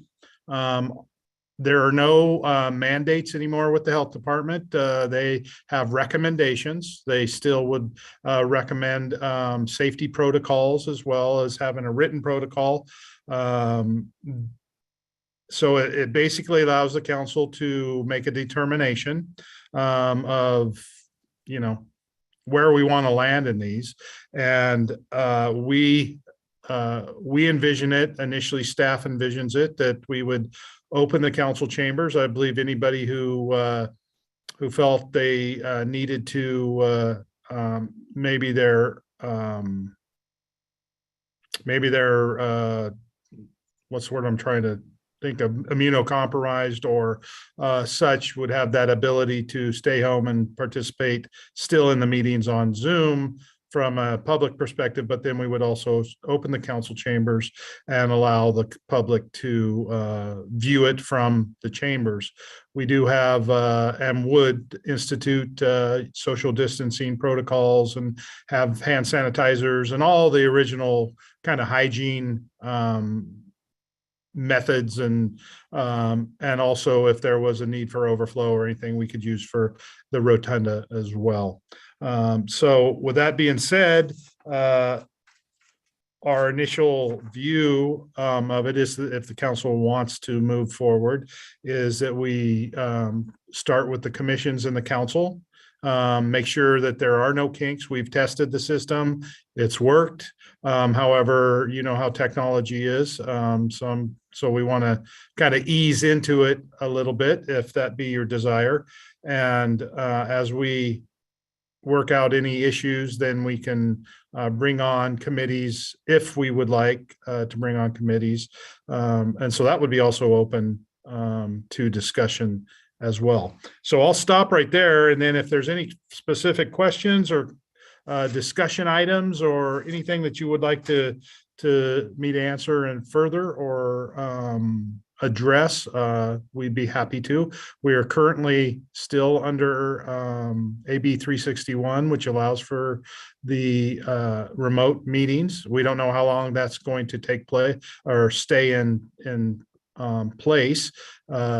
If we do return to in-person meetings, the Brown Act will apply, and Martin will be able to, kind of walk you through how that would look and what that would look like. There are some potential amendments to the Brown Act that have not been acted on yet. So at this point in time, it would be the Brown Act as we know it.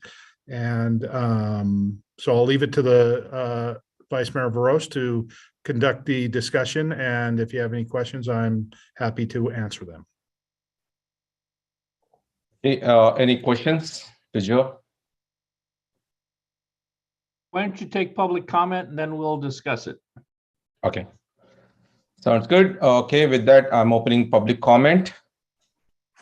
I see one hand raised. Call in user 1.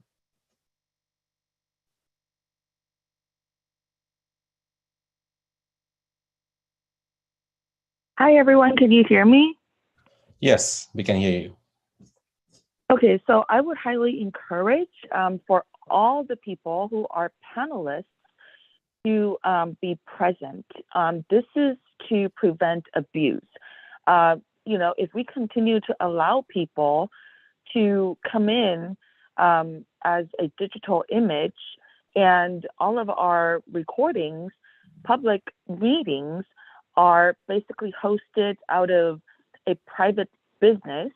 In the future, let me ask you, 10 years, 20 years down the road, don't you think that somebody might, all of a sudden deep fake a particular critical video that concerns public affairs or decisions, and then now, the future generation, because they have this, a decade or 2 decades gap in their upbringing, they no longer know what is true and real and what is not.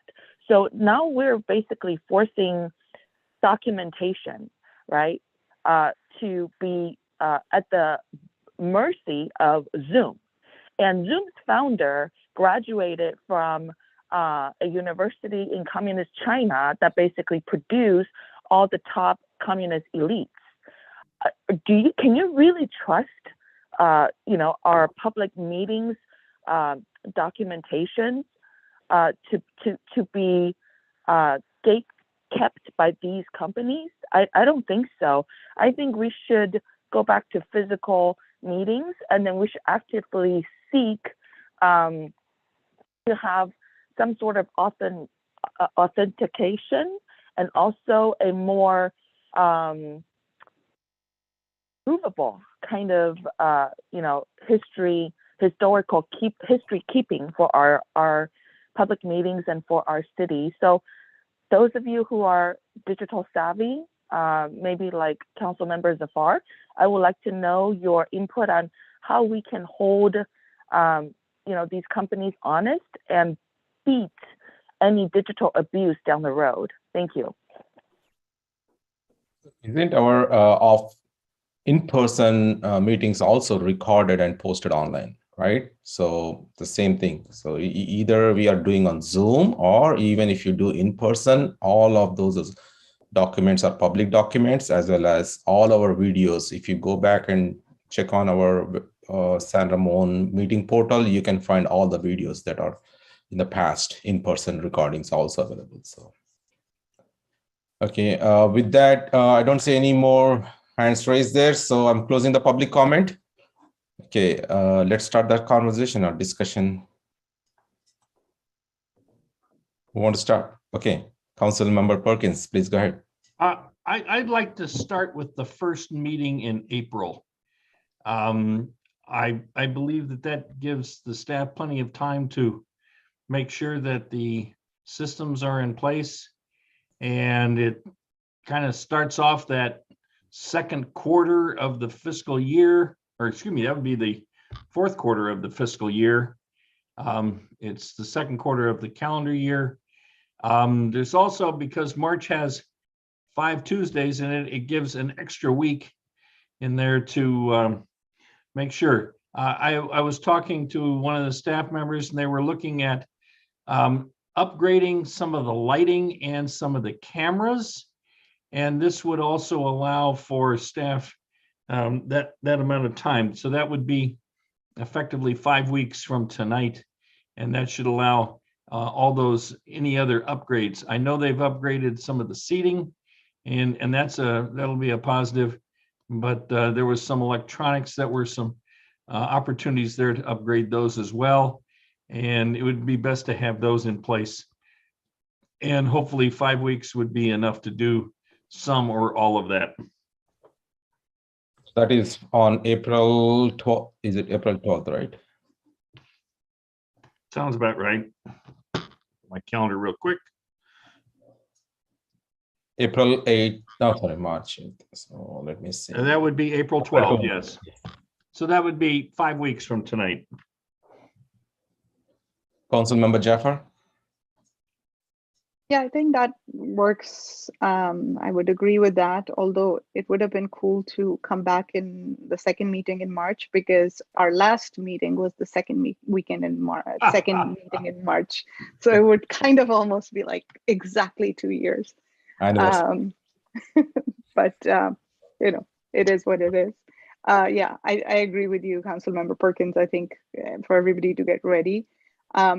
And Joe, I agree. You know, I think we should obviously support the hybrid model. I know people have gotten used to working a certain way, and if staff needs to dial in and present to the council, and they've got obligations, right? It's evening meetings and everything. So we should have that opportunity for anybody from staff who wants to log in and do any presentations.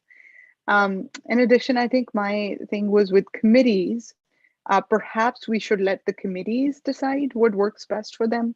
Again, you know, hopefully we've seen a lot more engagement with the committee members as they've been able to balance their day jobs and been able to come in and attend some of those committee meetings. So perhaps they go back to the committees, and some committees might decide that this is what works best for them, especially the 4 p.m. meetings.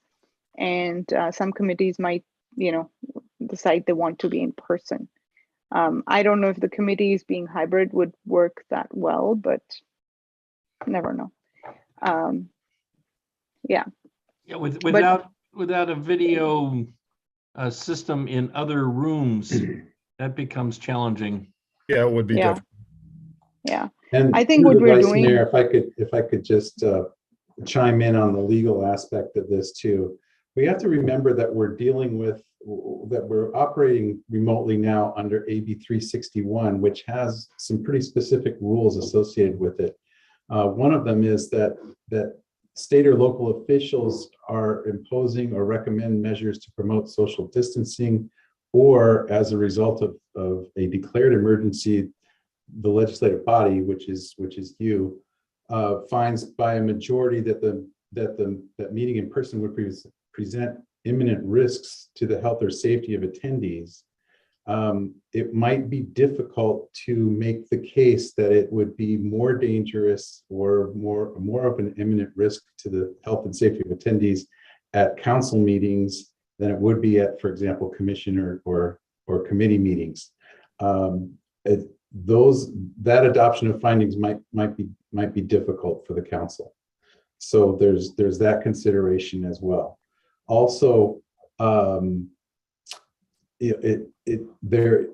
only reason that the Brown Act requirements are suspended is because of AB 361. So if we are no longer operating under AB 361, then we are subject to the Brown Act requirements, the old rules that we had, which included agendas posted at each teleconference location, if anybody was to teleconference in, and teleconference locations being listed on the agenda and must be within, and a quorum having to be within city limits, et cetera. So those are things to kind of keep in mind as we consider the options going forward. Unfortunately, they're a little bit more limited under current state law than we would like.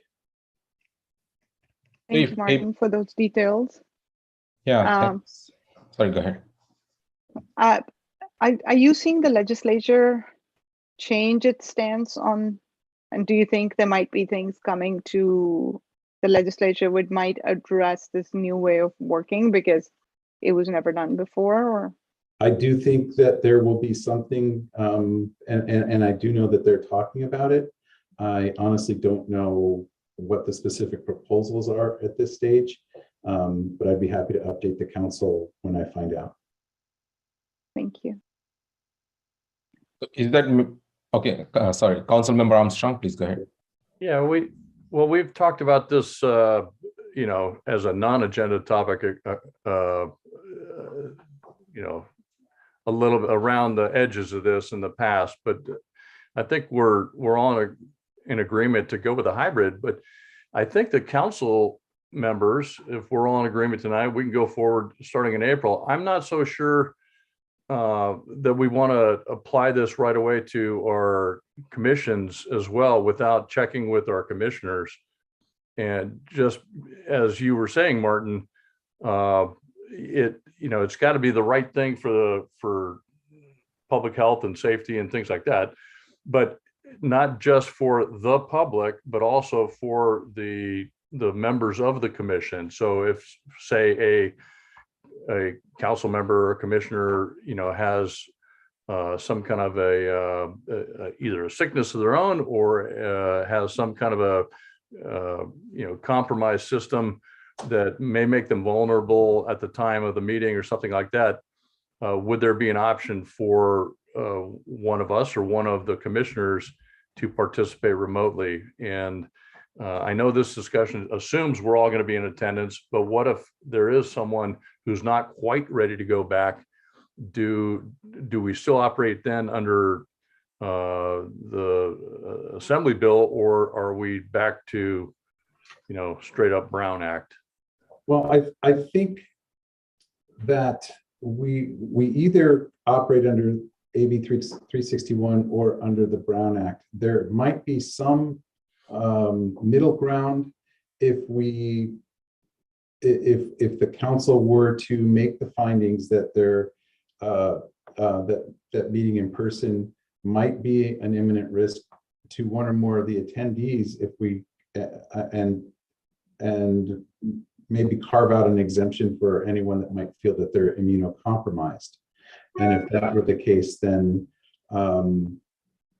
we could still go about something a little closer to the hybrid system, and still probably work within the bounds of AB 361. Now that said, I'm hoping that AB 361 continues for some time, or at least until the anticipated Brown Act amendments have been passed, so that we can make a smooth transition from the AB 361 protocols to a less restrictive Brown Act. Okay. All right. Well, thank you. I think I'm ready to go back to, it's been 2 years. I think all the indicators are that we can do this and do it smartly, do it appropriately, and in a safe way. I'm okay with the April date that was mentioned earlier. I do think that we ought to try to continue to operate within the bounds of AB 361 for the time being, and until we have some kind of a better feel for how the rest of our commissions feel about this. Committees, yeah, maybe they can continue to operate remotely, but I don't want to just say, okay, let's just throw out AB 361 and go all Brown Act right now, because I don't think we're quite ready for that. At least as of this meeting, I don't think we're ready to make that decision. But I think the rest of the measures that the city manager was talking about in terms of preparation for the hybrid solution for the public, I think that's all appropriate for overflow, for spacing within the council chambers, things like that. I know it's been a long time for everybody. I personally have not been in a council chambers council meeting, so I'm going to come by and I'm going to do a little rehearsal with Christina and go through the iPad voting system and how all the agenda pops up and things like that, because that's going to be new. I like having a written agenda, but if it's going to be all digital up there, that's great. We can I'll get used to that process as well. But these are going to be some changes and some getting used to again. I think for even the past council members, But certainly for me, it'll be a little bit different. That's called like version 2.0, council member version 2.0. I quite honestly, we ought to all have, I might recommend that we have a practice session maybe at 6:45 for the council members, because it's entirely possible that we have all forgotten how to do what we used to do without hardly thinking. I just suggest that we consider that. I was going to say, yeah, Councilmember Armstrong and Burrows, you guys are probably ready to claim your seats at City Hall, right? Mm-hmm. And then 5 weeks will give us at least enough time to fit back into our dresses, go to the gym, get ready for being outside the box. Remember how to tie a tie. I haven't tied a tie in 2 years. And don't come to the meeting on the shorts. Yes. Yeah, that's right. A blazer and shorts. My cargo shorts are not going to work. You got to wear shoes. You got to wear shoes. So I'm good with April 12th as the start date, and only thing is I'm not clearly understood. I didn't clearly understand about the hybrid model. That right now the plan is I understand the first piece that the council members going to be in person, and then we'll have the callers can use phone call or online system to call in. But going forward, if any council member want to join the call via virtually, so that we need to explore, right? So if AB 361, if it goes away, then is there any other provision that allows us to do it? Well, yes, the Brown Act does allow you to teleconference from a remote location. Okay. There has to be a quorum, though, of that's present in the room. So there would be a maximum of 2 council members being able to do that, and then the location of the council members also has to be made public, and has to be made accessible to the public. So there would be no more council members participating from the comfort of their own home, unless they want to open it up to members of the public. Sounds good. So I think we got go ahead. Just a quick question. So I might assume that if we're going to have a hybrid for public comment, that we'll leave it to the discretion of the chair, of the mayor or vice mayor who's running the meeting, in terms of how public comment is handled, whether it's in-person public comment or whether it's hybrid, remote public comment, call-in public comment, or what, in terms of what the order is and that sort of thing. Or is there a particular protocol that we want to establish, or just leave it to the discretion of the mayor? Yeah, that's correct. You would generally, I would recommend we could leave it to the discretion of the mayor who runs the meeting, or the vice mayor, whoever's running the meeting. If there's a pleasure of the council, though, that remote comment goes first, or public, in-person comment goes first, or, you alternate back and forth, we can do any of that. We have that capability to do that. So it would be similar to what we're doing right now, only you'd be in the council chambers. Christina would have full control of the remote commenters. And so we would be able to do whatever the pleasure of the council or the mayor would be. And there would be some appropriate comments within the agenda when it's published, in terms of what the rules are. If you're going to show up in public, these are the ground rules about how you have to follow it with respect to distancing or masking or vaccination status and that sort of thing. Just post it, and then make sure it's clear to everyone ahead of time. That's correct. There would be some of the, for instance, we would,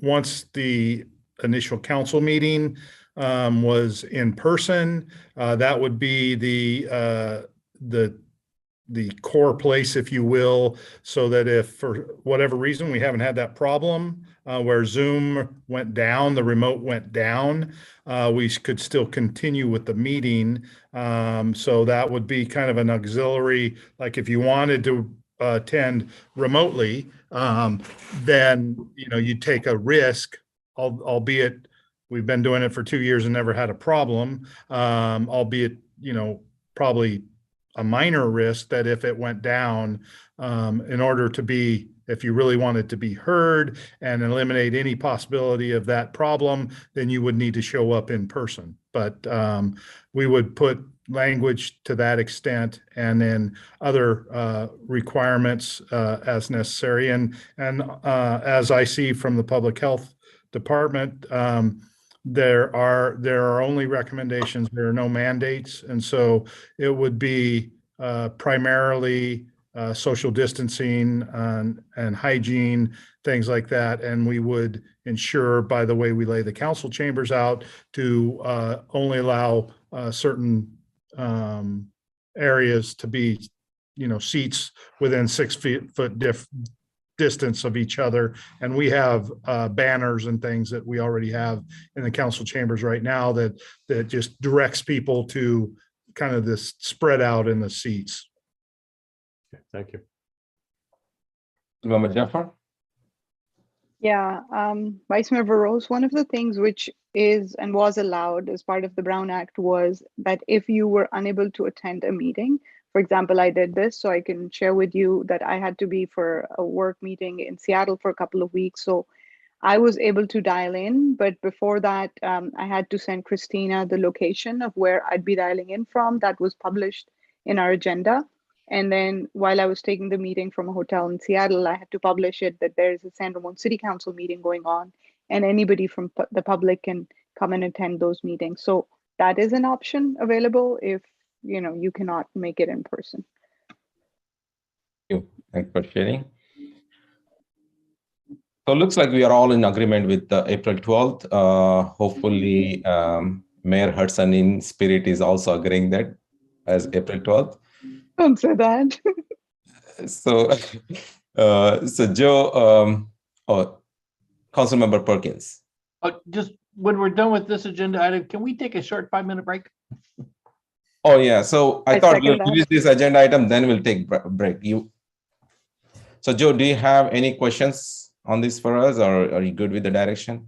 No, so I believe I understand it. So the council will reconvene in a hybrid meeting status starting April 12th. However, it's at this point in time, it's the council's direction that the commissions decide for themselves how to move forward. Is that what I'm understanding? That's right. Yeah. I would agree. Okay. So we will start that, and I don't need any other information. Sounds good. Okay, let's take 5 minutes break, and we'll come back with item number 10, new business.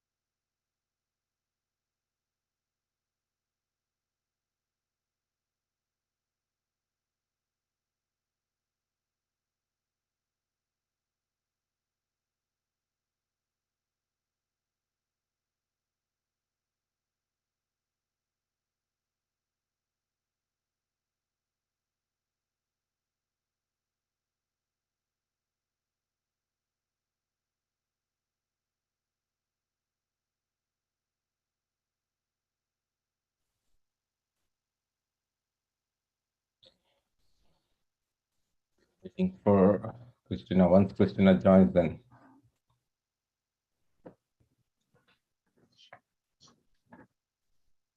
I'm back. So yeah, we need Martin and Joe. Still. They're signing on here shortly. Yep. Cool.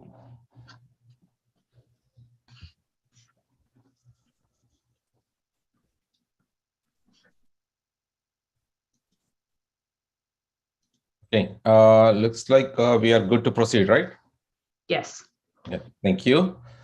Okay, item number 10, new business, 10.1, public hearing, resolution number 2022-030, approving the Aspenwood Senior Apartments Development Plan Amendment, DPA 2022-0012 at 9000 Alacosta Boulevard. APN number 210520031. Staff report by Cindy E, Senior Planner. Yes, Cindy, go for it.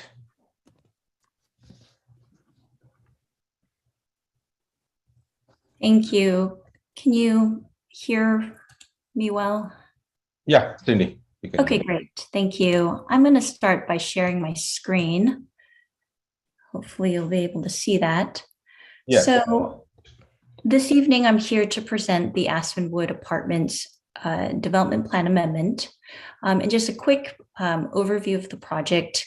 As you'll recall, property is at 9000 Alcosta Boulevard. It's a general plan designation of multifamily very high density and a zoning district of multifamily very high density residential.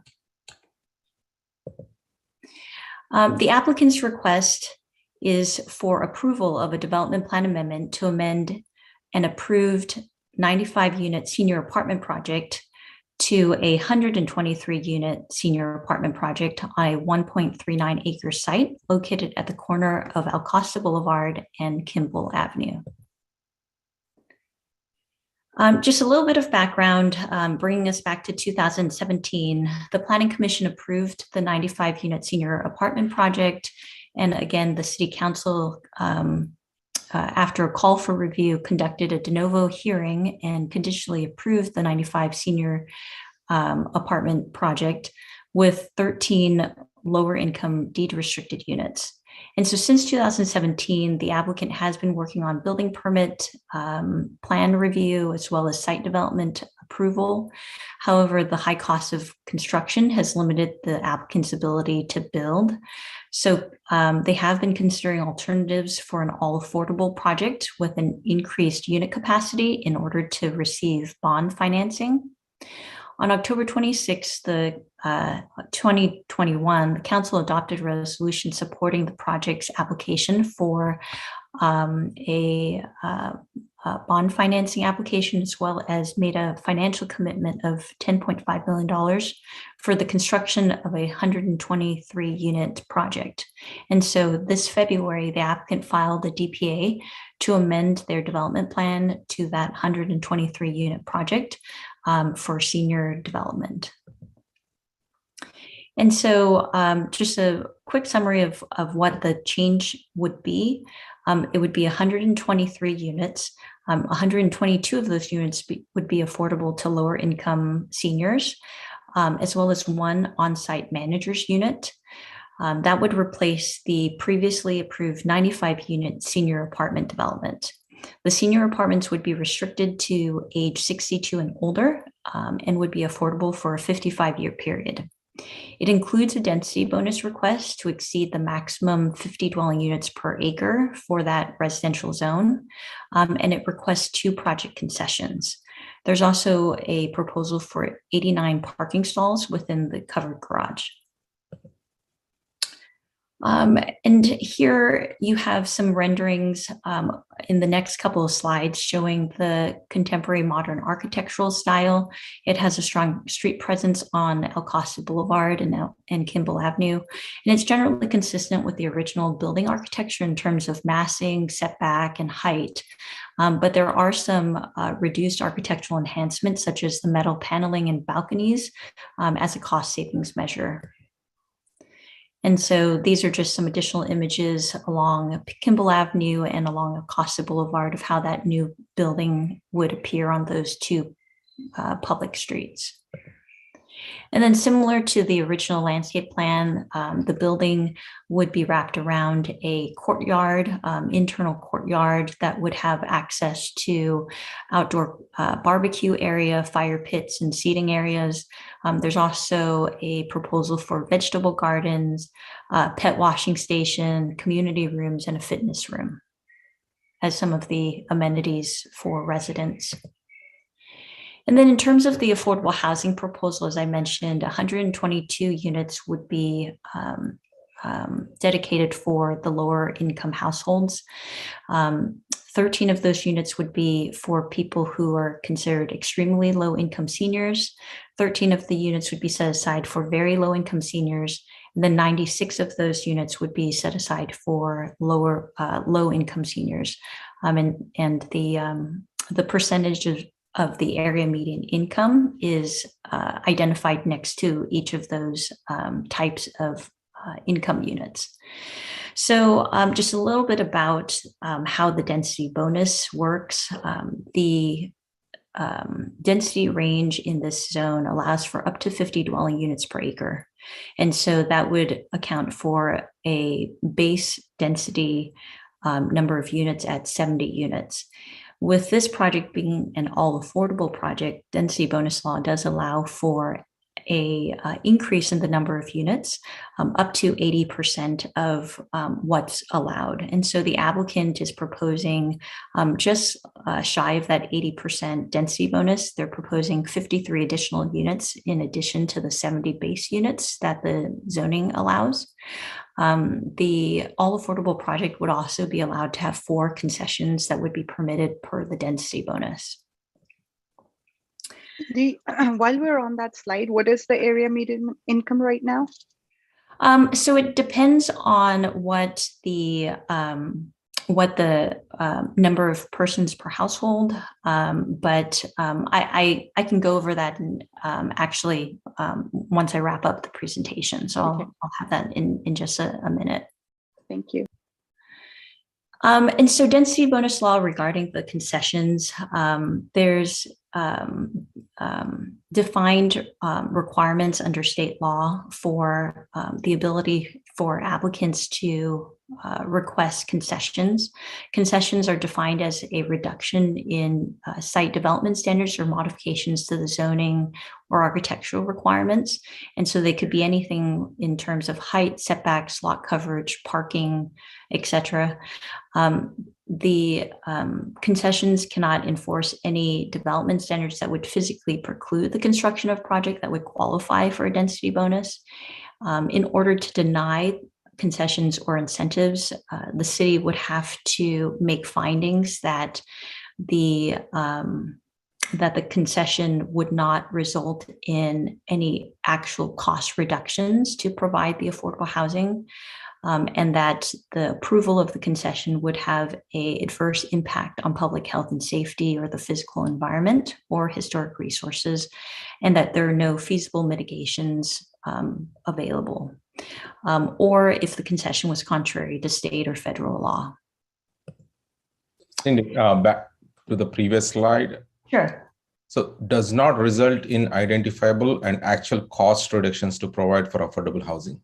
Could you please elaborate what exactly it means? Sure.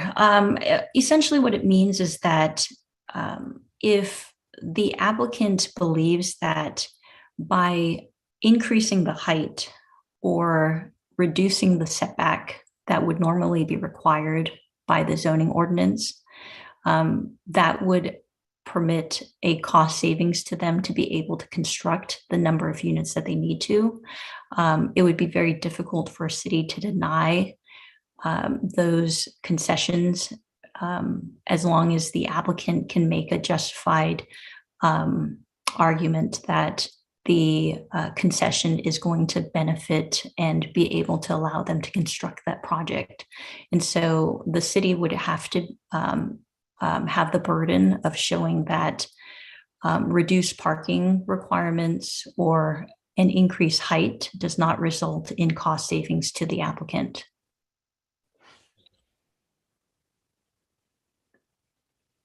Thanks. Yeah. Great. Okay. And so to just talk briefly about the two concessions that are requested for this particular project. One is a vehicular parking concession and one is a bicycle parking concession. And so the way that that density bonus law works is that it requires that cities in a senior development project cannot require more than one parking space for each studio and one bedroom unit that's being proposed. And so the city has an upper limit maximum that we can require for parking with these types of projects. So 123 parking spaces for the 123 units proposed. There's an additional provision in state law that says that rental senior projects that are 100% affordable to lower income households that provides access to paratransit service actually do not have to provide any parking spaces on property. And so if there's paratransit service or if there's a certain number of buses that run along the route in near the project, there's actually provision state law that doesn't require any parking to be provided on site. In this case, the applicant is not proposing a reduction to not provide any parking, but they are requesting a reduction in the overall number of parking spaces that would normally be provided for a project such as this. And so instead of the 123 parking spaces, it'll be 89 parking spaces that would be provided in their covered parking space, parking garage. 81 of those stalls would be available for resident parking. 4 of those stalls would be available for guest parking, and then 4 stalls for the office and administrative staff. Additionally, there is a requirement in the zoning code for bicycle parking, and that's based on the number of parking spaces that typically would be required. In this case, the applicant would be providing 7 bicycle parking spaces. There's outdoor and indoor parking for the bicycles, but they're requesting a reduction of 7 bike parking spaces rather than 9. And as mentioned in the staff report, the project qualifies for an infill development project exemption. The project, as long as it's consistent with the general plan and zoning designation and all of the applicable regulations. Also, if the project is located within an urban area and within the city limits, no larger than 5 acres in size, and has no value as far as habitat for endangered species, and would the approval would not result in any significant effects related to traffic, noise, air quality, or water quality, and is adequately served by utilities and public services. And so in this case, this application, based on its setting and the services that is available, would qualify for that infill exemption. And so just to recap, tonight we're requesting that the council conduct the public hearing and take public testimony, given that the original approval of the project was with the city council in 2017. The council would be the decision-making body for any amendments to the original development plan that was approved. So we've notice the public hearing, so we would request to take public testimony this evening, close the public hearing, and if appropriate, we've attached resolution 22-030 that would conditionally approve the project if the council determines that the findings can be made. And so I think that is the end of my presentation. Let me just toggle over to my other screen so that you can we can see the sorry about that. That's a nice screen. That's very zen. You're sharing your desktop, by the way. Yeah, I'm trying to find the stop share here. Sorry about that. So just take me just a minute here to get the information AMI? on the AMI, yes. So if it was a condo, would that be just one person then? So what's proposed is the project will have studio and 1-bedroom units. What's different with this particular project is that it originally had 2-bedroom units, but based on the applicant's request, they've increased the number of units by adding the studio and 1-bedrooms in order to be able to increase the number of available units. They've reduced the size of the total units. The size of the units, 400 to 500 square feet for some of those studios and 1-bedroom units. And so there's no longer going to be 2-bedroom units in this particular project. So that technically means one person will stay per studio or 1-bedroom? The rule of thumb generally is a maximum of 2 persons per bedroom. And so there is a potential that you may have 2 people within the 1-bedroom.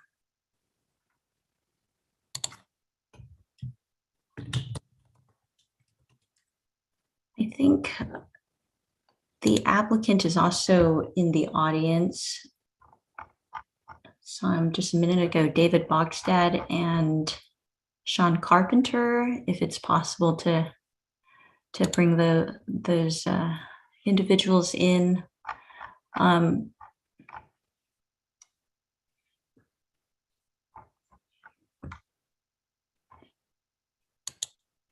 Robert Storr is also in the audience too.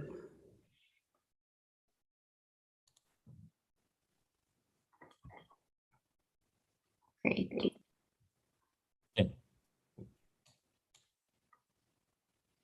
Okay, I see David as well as Robert and Sean. Okay. All of them are promoted. Yep. Great. And I don't think that we have a formal presentation, but I'll go ahead and turn it over to David if you'd like to provide a quick introduction. I think Robert was going to say, and then yeah, I will start this. Sorry to trying to change my background here. My apologies. So first of all, I want to thank Cindy for making a wonderful presentation and Debbie Chamberlain for being a part of this literally from day one. It's really a pleasure to be here this evening, and thank you to each of the council members who have been a part of this and understood a very difficult project. And in my opinion, this has been one of the most perfect public-private partnerships that you could ever put together. You know, we had to look at something that was very unusual. Neither one of us, Jeff and I, had never really seen a project like this before. And we want to thank you for being so open-minded. And honestly, we had not experienced this. And it took us a while to understand the concept. And I'll sort of give you some background on that here shortly. But a special thanks goes to Sean Carpenter of Standard Companies. And I will go so far as to say that without Standard Companies, and especially Sean Carpenter, we would not be here tonight sitting here in front of you with what I would consider a very unique project of 123 all affordable units. Their expertise, their knowledge, and their willingness to educate us along the way was phenomenal. Standard Company was vital to this project's success, and they helped us get here to the finish line, which is where we're at tonight here in front of you. When we ran into Sean Carpenter, Jeff and I were looking at this project and trying to figure out how in the world can we get more affordable housing on this site. And at the time, with the 95 units, we could get probably about 13 affordable units. And Standard Companies, figured out when we met them how to navigate a very difficult path through the state and federal policies. This was down a road that none of us had been down before, and really made this thing actually possible. Jeff and I had this vision that this would be a legacy property, but with COVID, escalating building costs, and this desire on our end to actually figure out how to build more affordable units, we ran into Standard Companies. And we realized with maybe a little bit more effort, we could achieve, in my opinion, the unimaginable. All the units in this case, all 123, would be 100% affordable, achieving, extremely low, which is incredible to get, the very low and the low designation. And we all know that, and where we're sitting, if we got 2 very low units, we'd be thrilled. We're looking at 123 of them. And for the most part, just based on simple math, some of our residents will make as little as $23,000 a year to about $46,000 a year. I have a lady in Danville that actually makes less than $12,000 a year and can live in an affordable housing project in Danville. Jeff had to buy into this concept, and unfortunately, he embraced this concept right from the beginning. And I'm saying this because most for-profit builders are not going to come before you with a deed-restricted 55-year project with 100% affordability. They're looking for market rate units or for sale units. But, because of the relationship with the, certainly the Tri-Valley and the city of San Ramon, we knew that this was the right thing to do. And we sought advice from Standard Companies on the best path to take. Together, this council, Jeff and I, Standard Companies, Dave Bosted of LCA Architect, once again, a really important partner in this team. We've put together something that, in my opinion, has never been completed literally anywhere in California at this level, especially in an affluent community. And here we are in San Ramon. I'm very proud to offer the city, their newest senior housing project. And I'm proud to be here tonight. We're proud to propose this project, which gives the city of San Ramon multi-levels of affordability, and we just don't have that in the world we live in. And naturally, provided you approve the project tonight, we're happy to answer any of your questions. We're happy to Sean is happy to answer any of the questions as well. And Jeff and I are here for you as well. So once again, thank you for all your help with this. And just as a side, Debbie Chamberlain and Joe Gordon understood this project right from the beginning and was on board very early on, and we appreciate all their help with that. Thanks, Robert. Dave Boxted here, LCA Architects. For 40 years, we've been trying to do housing, and the affordability component is really difficult. And I applaud San Ramon for being progressive in this nature. And the other thing is we've taken some things away, i.e. like the balconies where people usually store their bikes and the garbage and stuff, but we still had the great courtyard, the fitness room, the community room, the landscaping all around by David Gates' office is still the same. We still have the dog area. Everybody has to have their little dog. And the other thing that humbles me on this is one of my consultants who works in affordable housing, they're doing a similar project, 200 units, 3,000 people signed up in the first day to get on that list. So there's a huge need in our community.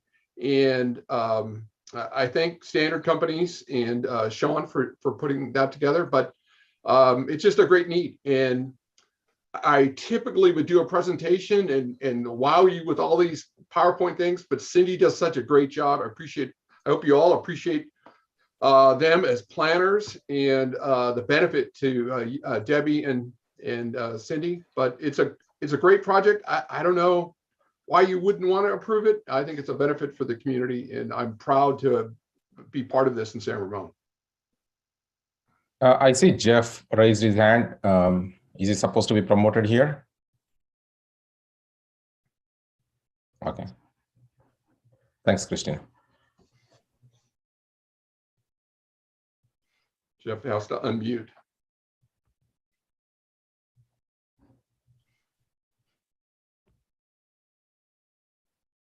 Can you see me now? Am I Yeah. on? Yes, we can see you. All right, I'm here. Thank you. I was in the background. Any comments, Jeff? No comments, other than I think Robert and David spelled it out pretty clearly. We're super excited, honored to do it in San Ramon, and can't wait to get started. Any comments from Sean, or otherwise I'll open questioning from our council members. Thanks for having us here tonight. I can add that I do have the income limits if you needed those, Cindy, up on my screen. I actually have them, and I thought it would just be helpful to share it because it also includes the rent incomes or maximums for the different categories. And so this is specific to Contra Costa County. Area median income is the area median for Contra Costa County. One person and two persons household, just under 88,000 for one person, and then just a little over 100,000 for two people within a household. Extremely low income is a person that typically makes less than $29,000. 28,800 is the upper limit, and so the rent is set at a percentage of what that person makes. And so potentially for that one bedroom or studio unit, somebody would be paying no more than $720 typically for the maximum rent. Similarly, very low income, these are all based on the percentage of area median. And so 30, 50, and 60% is what the applicant has committed to. And so you can see what those income limits are on the screen. Thank you so much for sharing those. I just kind of wanted people to see as well, when we talk about low income housing, it's anywhere in the country that would not be low income. So, California is so expensive that as we build these, it's just getting unaffordable for people to be able to live in the Bay Area. So thank you so much for sharing, Cindy. Any other questions from council members? Why don't we hear public comment? Okay. If we don't have any questions from council, okay. Actually, I have one quick question on this one regarding the total built area. What is the total built area on this one, and what will be average square feet unit usage by occupant? Any info on that one? Yeah, you're talking about the size of the units? Not size, but total in that total square feet that will be built with this development plan. Oh, the total size of the whole building? Yes. Yeah, it hasn't changed since our original approval. So we've stayed within the footprint, and I'll look this up while you're talking here. Yeah. So the site area is just over 60,000 square feet of the site area is of that 60,445 square feet of site area. The footprint of level 1 is about 39,000 square feet. Level 2 is 30,000. And so the footprint of the building is roughly 39,000 square feet of the 60,000 square foot area. Correct. So like roughly how many occupants we are expecting to be in this square feet area? Do you have any number, like total occupants? Well, maybe from 123 to 150, 160. Yeah. 150. I'm just trying to understand how much we are allocating so that The good idea is that you remove the 2-bedroom and then move it to studio and 1-bedroom. That's a fantastic idea, I think, so that we can accommodate more. So this is good. Okay. Thank you. I see Council Member Jaffer, you have your hand raised. Yeah, I had one question about, so one of the facades faces Al Costa. In terms of security, what are we making sure? Because, you might have some adults that may be much older and have some issues and want to walk out and things like that. Are we doing anything around security, making sure that they don't just walk out on the main road kind of thing? Yeah, these are low income people. It isn't like they have learning disabilities or anything else. It's just that their income is low. But this is a secure building. They have a level of parking, so your living units, you can leave your windows open and everything else. You're a floor above for security. It's secure all the way around. So we have gates for the parking area. So it's a safe environment. It is a safe area of town also. No, just making sure. I know I have friends with parents now who are approaching their 80s, 85, 80, 90, and sometimes they might have some memory issues and things like that. So just kind of, they are elderly. If I can jump in here, I'll just mention that I appreciate the question, Counselor. I will say that this is going to be entirely independent living, and we will have property management staff on site, but we won't have any real supportive service staff other than the supportive services that we have through some of our third-party agencies and through our development partner, Housing on Merit, which will be, programs that will happen on a regular basis, but not necessarily 24 hours. So folks with that might have other care can certainly still live there, but that care will be on them. Okay. Member Armstrong? Yeah, maybe this is for David. I've seen examples in other communities of public-private partnerships where the parks that they have are shared. They might be locked up on weekends or something like that, but it's private property, but it's open to the public.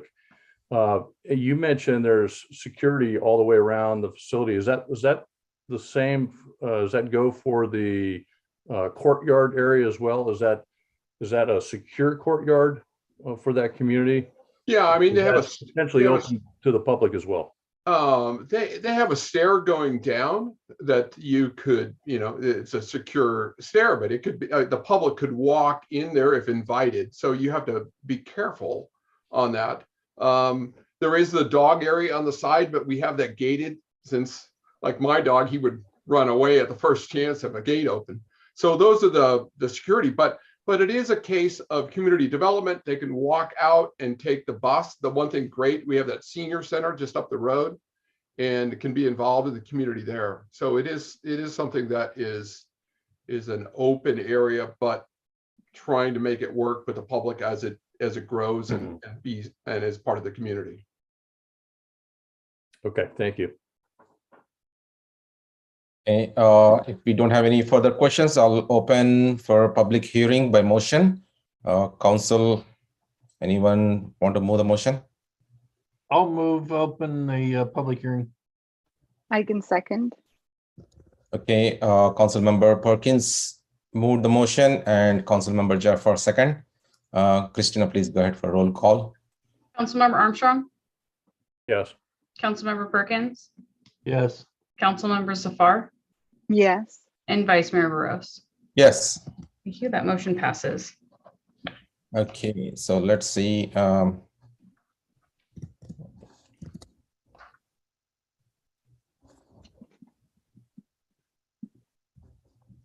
Okay, for public comments, if you wish to speak under public comment on this item, please use the raise your hand feature on Zoom or dial *9 on your telephone.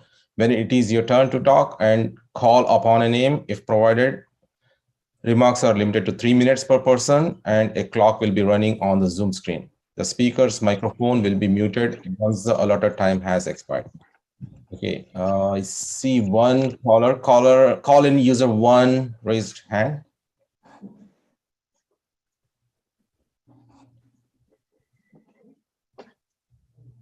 Hi, can you hear me? Yes, go ahead.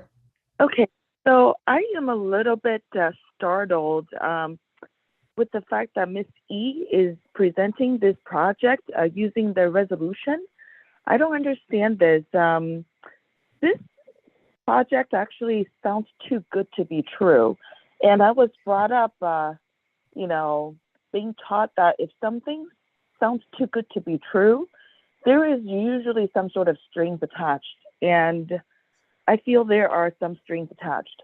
First of all, if you are offering this project to that kind of low income group, it is impossible to have it run at the safety, security, and quality of life that is comparable to San Ramon. So I feel inevitably there is something our city is on hook for. And I don't know if it was properly disclosed in this presentation at all.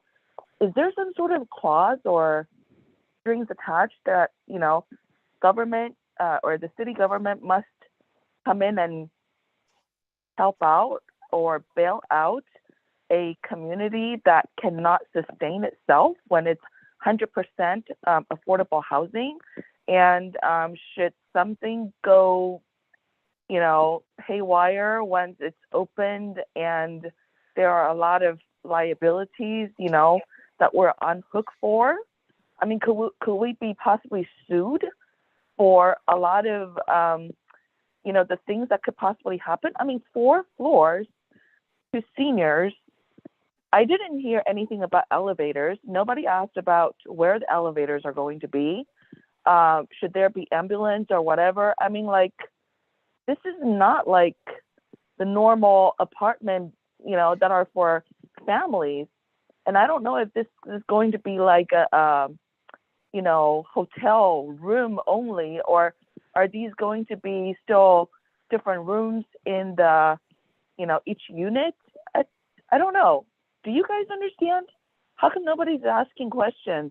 I don't feel comfortable. I don't want to be sued later for any liabilities that you guys did not properly do your due diligence to make sure people who move in are safe and sound, despite all these craziness that are being imposed on us from California. You know, stupid legislators who are in the pockets of, you know, other foreign entities. This is unacceptable. I'm not sure. I don't know if everything is properly disclosed, and I don't feel we should vote on a resolution for this kind of project. Thank you. See, Councilmember Perkins, eager to speak. You're on mute. Yeah, we're going to close public comment. Okay, so if I don't see any more. I'll move we close public comment. I can second. Okay, so we got Councilmember Perkins move the motion and second from Councilmember Jaffer. Christina, please roll call. Councilmember Armstrong, Yes. Councilmember Perkins, Yes. Councilmember Zafar, Yes. Vice Mayor Barros. Yes. Thank you. The motion passes 4-0. Okay. Now, you know, it's remarkable what you learn if you read the staff report and you study the drawings. It becomes obvious there is an elevator, and the city's participation was already outlined in the staff report. The city is providing, was it $10.5 million in part of our housing fund. But beyond that, it's really on the developer to make this thing work. The next public hearing is related to a bond for $45 million to help with the construction of this project, which obviously gets paid back through the revenue that's generated. But yeah, you learn a lot if you read the staff reports, and I thought the staff report was well crafted and complete, and I did review the drawings. I didn't look at all the extreme level of detail to make sure that everybody had electric outlets every X number of feet and things like that, but I looked for the elements that make for a good building design. And it seems to me that the architect and development team have done a fabulous job of putting together a project with 123 units, 122 of which are affordable. And we should be proud to have this go forward. Let's see, Hudson's not here, and I was on the council back when the redevelopment agency bought this property. And so I've been here through every single step, and I am thrilled. And I don't think a meeting goes by where I don't ask Robert when we're going to do the groundbreaking. And he promised me he will make sure that it's scheduled for a time when I can be there. So I'm thrilled to support this and look forward to groundbreaking and ribbon cutting. That's with hors d'oeuvres as well, sir. Yes, yes, okay. Absolutely. Any other council members, comments, feedback?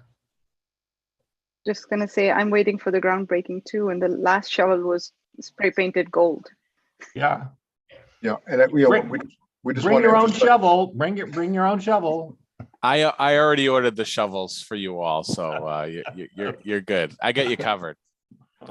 Attaboy. Councilmember Armstrong.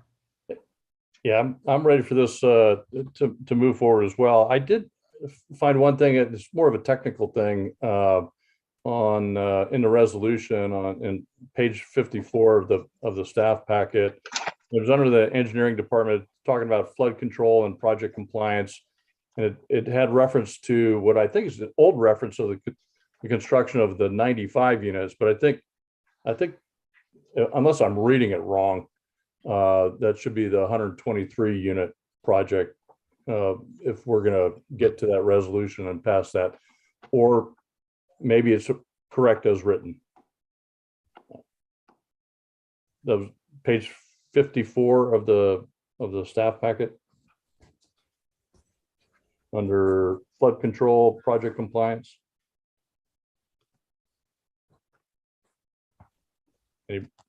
Anybody else there? Yeah, we're all checking. And which condition number is that? Well, it was it would be 1 regarding growth management plan, measure J compliance, 1C. I see. Yeah, it's I think I have it on packet page 42. Okay. And yes, so under project compliance, yes, that should be 123. Okay. All right. So thank you. Thanks. Anything else from any other council members? I'll move resolution 2022-030 approving the Aspenwood Senior Apartment Development Plan Amendment at 9000 Alcosta Boulevard. I can second. That's good. Before roll call, I would just want to say thanks to Robert and Dave, Sean, Jeff joining the call and sharing the information with us. You know, we are very proud to have this partnership because, you know, we definitely need affordable housing, and having someone with partnering such a valuable developers or applicants like you is definitely going to help our seniors here in the community. So definitely, as my fellow council members, I'm also looking forward for the groundbreaking. So thank you. Okay. You're welcome. And sometimes it is almost too good to be true, but it's true. We can do this. It just takes all of us to work together on this. And that's exactly what we have done and moved this project forward. And we have a real project now that will get built. I appreciate that. Thank you. With that, Christina, let's go for a roll call. Councilmember Armstrong, Yes. Councilmember Perkins, Yes. Councilmember Zafar, Yes. Vice Mayor Burrows. Yes. Thank you. That motion passes. With 4-0. Thank you. And with that, we'll go to item 10.2, public hearing resolution number 2022-031, approving the issuance of California Municipal Finance Authority multifamily housing revenue bonds in an aggregate principal amount not to exceed $45 million for the purpose of financing or refinancing the acquisition, construction, improvement, and equipment of Aspenwood Apartments and certain other matters relating thereto. Staff report by Debbie Chamberlain, Community Development Director.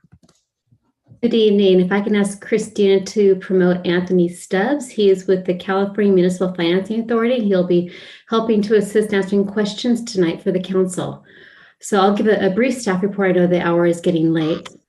On October 26th, the council adopted a resolution supporting the Aspenwoods California Debt Limit Allocation Committee application and a financial commitment of $10.5 million for the construction of the aforementioned project, the Aspenwood, that Cindy just presented to you tonight.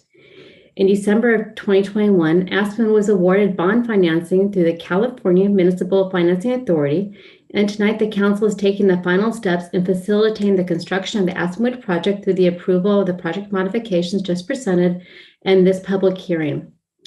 Standard Aspenwood Ventures, a partnership with Standard Properties, has requested that CMFA serve as the municipal issuer of the bonds in an aggregate principal amount not to exceed $45 million of tax-exempt revenue bonds. The proceeds of the bonds will be used to finance the acquisition, construction, improvement, and equipping of the Aspenwood project. To facilitate the bond allocation, the city is required to conduct a public hearing under the Tax and Equity Fiscal Responsibilities Act, or also known as the TEFRA hearing, in connection with the proposed issuance of revenue bonds to provide for the members of the community an opportunity to speak in favor or against the use of these bonds for financing the project. Prior to this hearing, as required by the statute, a public hearing was posted in the newspaper providing reasonable notice to the members of the community. Following the close of the TEFRA hearing, an applicable elected representative, also in this case would be our city council, must provide its approval of the issuance of bonds for the financing of the project.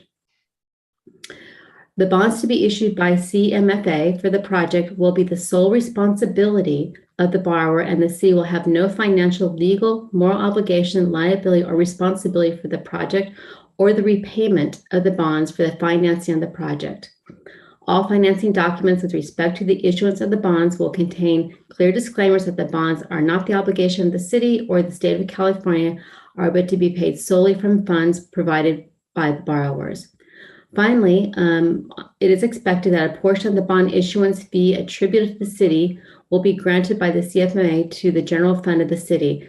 Such grant may be used for any lawful purpose of the city. And I believe that's about $13,000. And Anthony can help clarify that for you. In light of the foregoing, in order to support the support of affordable housing, staff recommends that the city conduct the TEFRA hearing and adopt the resolution approving the issuance of bonds. With that, we can answer any questions tonight. Okay, council members, any questions? I just want to ask Ms. Chamberlain to reiterate that there is no recourse on these bonds to the city.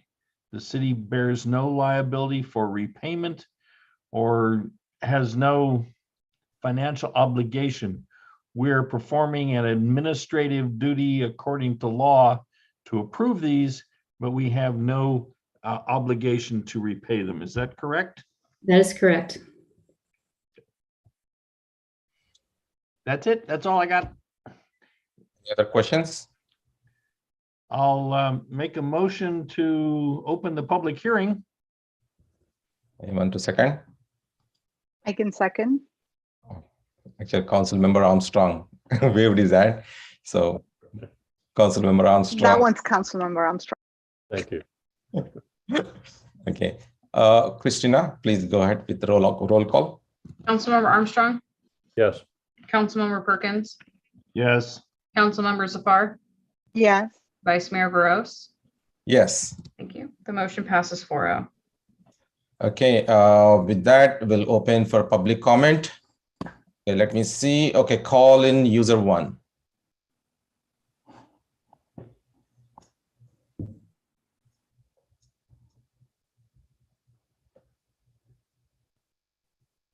Okay, I just want to make sure I understand something correctly. Councilmember Armstrong asked Ms. E if the number of units is 123 instead of 98 that is written on the document, and Ms. E said yes. This portion of the hearing is regarding the issuance of revenue bonds. We have already gone past the development agreement. Yeah. This is about the revenue bonds. This item is the revenue bonds, isn't it? This is about revenue bonds. This is 10.2 on revenue bond. Call user 1, please. You can continue your comment on 10.2. Okay. Can you please clarify if this is associated with that project? This revenue bond is to support that project, isn't it? Yes, this agenda item is about the revenue bonds. Okay, but it is tied to that project, and that's what I'm talking about. We just talked about that. This is only about the revenue bonds. No, because there is a document error that Councilmember Armstrong pointed out, and you guys didn't correct it. I saw it too. The paperwork said 89 units. It is not reflecting 123. Okay. Seriously. Do you have anything to comment on this 10.2? I guess not. If you guys don't care, it's 89 units you're supporting and not 123. Okay, so if you don't have any further comments, then we'll go to the next caller. Do we have okay, we don't have any other callers, so with that I'm closing the public comment. I'll move we close public comment. I can second. Okay, so Councilmember Perkins first and Councilmember Jaffer second. Roll call, please. Councilmember Armstrong, Yes. Councilmember Perkins, Yes. Councilmember Zafar, Yes. Vice Mayor Barros. Yes. Thank you. The motion passes 4-0. Okay, so with that, anyone want to move the motion? I'll Approving. move 2022-031, approving issuance of revenue bonds for the purpose of financing Aspenwood Apartments. I can second. Okay, so I got a motion moved by Councilmember Perkins and second by Jaffer, Councilmember Jaffer. Okay, let's go for roll call. Councilmember Armstrong, Yes. Councilmember Perkins, Yes. Councilmember Zafar, Yes. Vice Mayor Barros. Yes. Thank you. That motion also passes 4-0. So good, thank you. With that, we'll go to the item 10.3. Resolution number 2022-032, authorizing mid-year 2021-2022 budget adjustments. Staff report by Administrative Services Director, Kelly Sessions. Good evening, Council. I will do a screen share here and we'll start the presentation.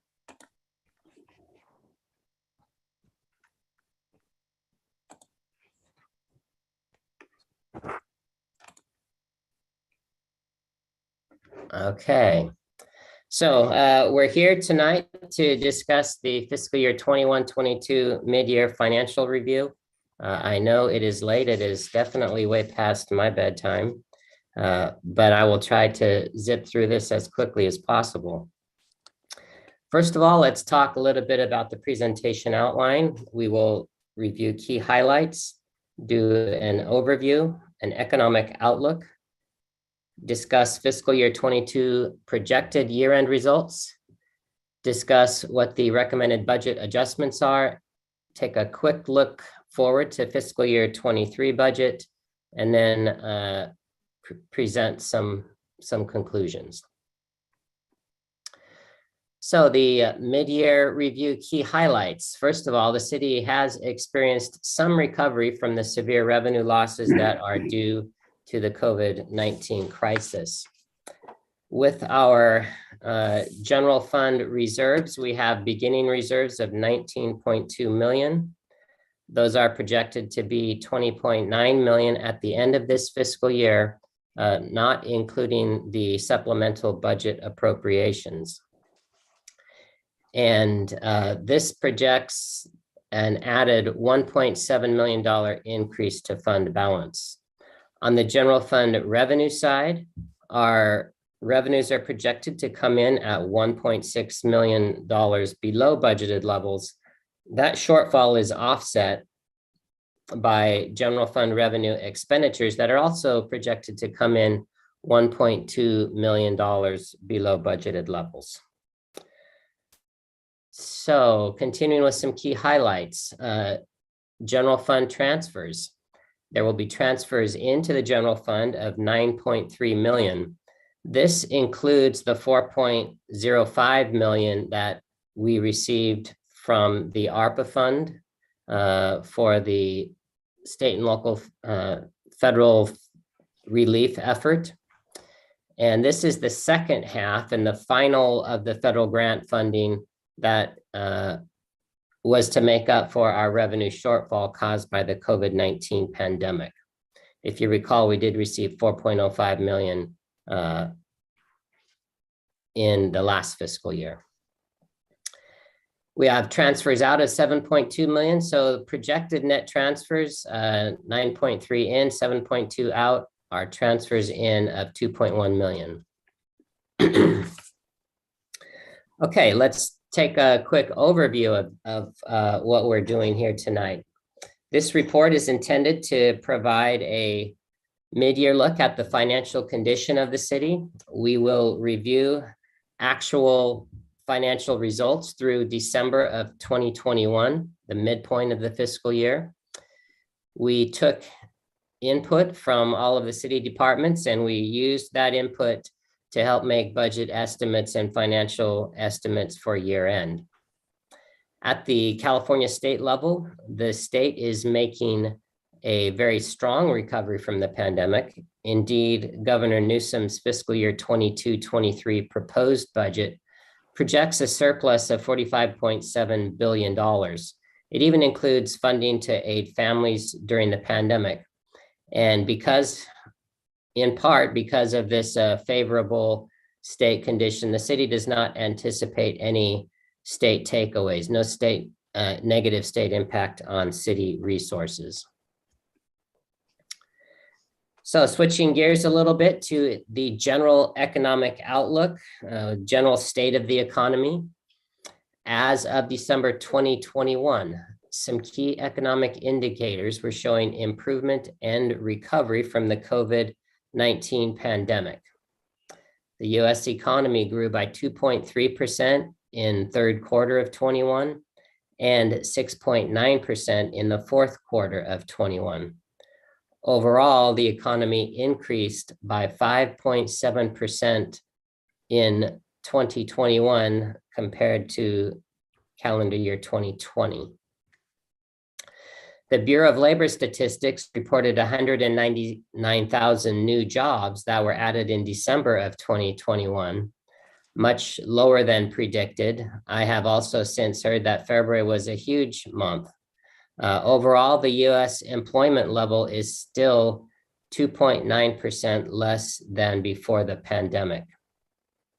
In terms of unemployment rates, unemployment as of December 2021 versus December of last year, 2020, the national average unemployment was 3.9% versus 6.7% in 2020. California average 5% unemployment versus 9.1% a year ago in 2020. Contra Costa County 4.2% versus 7.7% in December of 2020.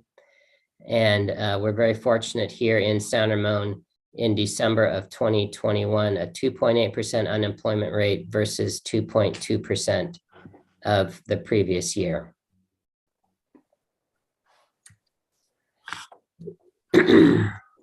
U.S. housing starts soared 15.6% in 2021 as historic low mortgage rates continued to support the housing market. Home prices grew by a record 16.9% over 2020.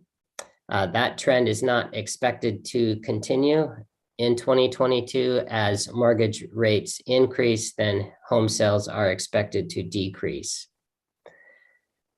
Here in the state of California, the median home prices increased 11% compared to December of 2020, although existing single-family home sales decreased 15.7%. The California housing market will continue to grow in 2022, but again, at a slower pace. So let's take a look at, now that we've gone through the background information, we'll take a look at how the revenues and expenditures are coming in. So for our fiscal year 2022 revenue results, this graphic here, the orange projects the first 6 months of last fiscal year. The blue here represents the first 6 months of the current fiscal year. And these numbers here are in millions. And this is for the full fiscal year projection. Last year, $47.2 million actual in revenue. We are projecting a current fiscal year total of 53.3 million, and that is against this bricked column here of $55 million.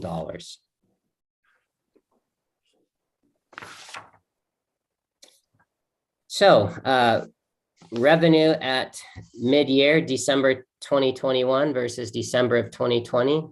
Current fiscal year revenue is 22.1 million.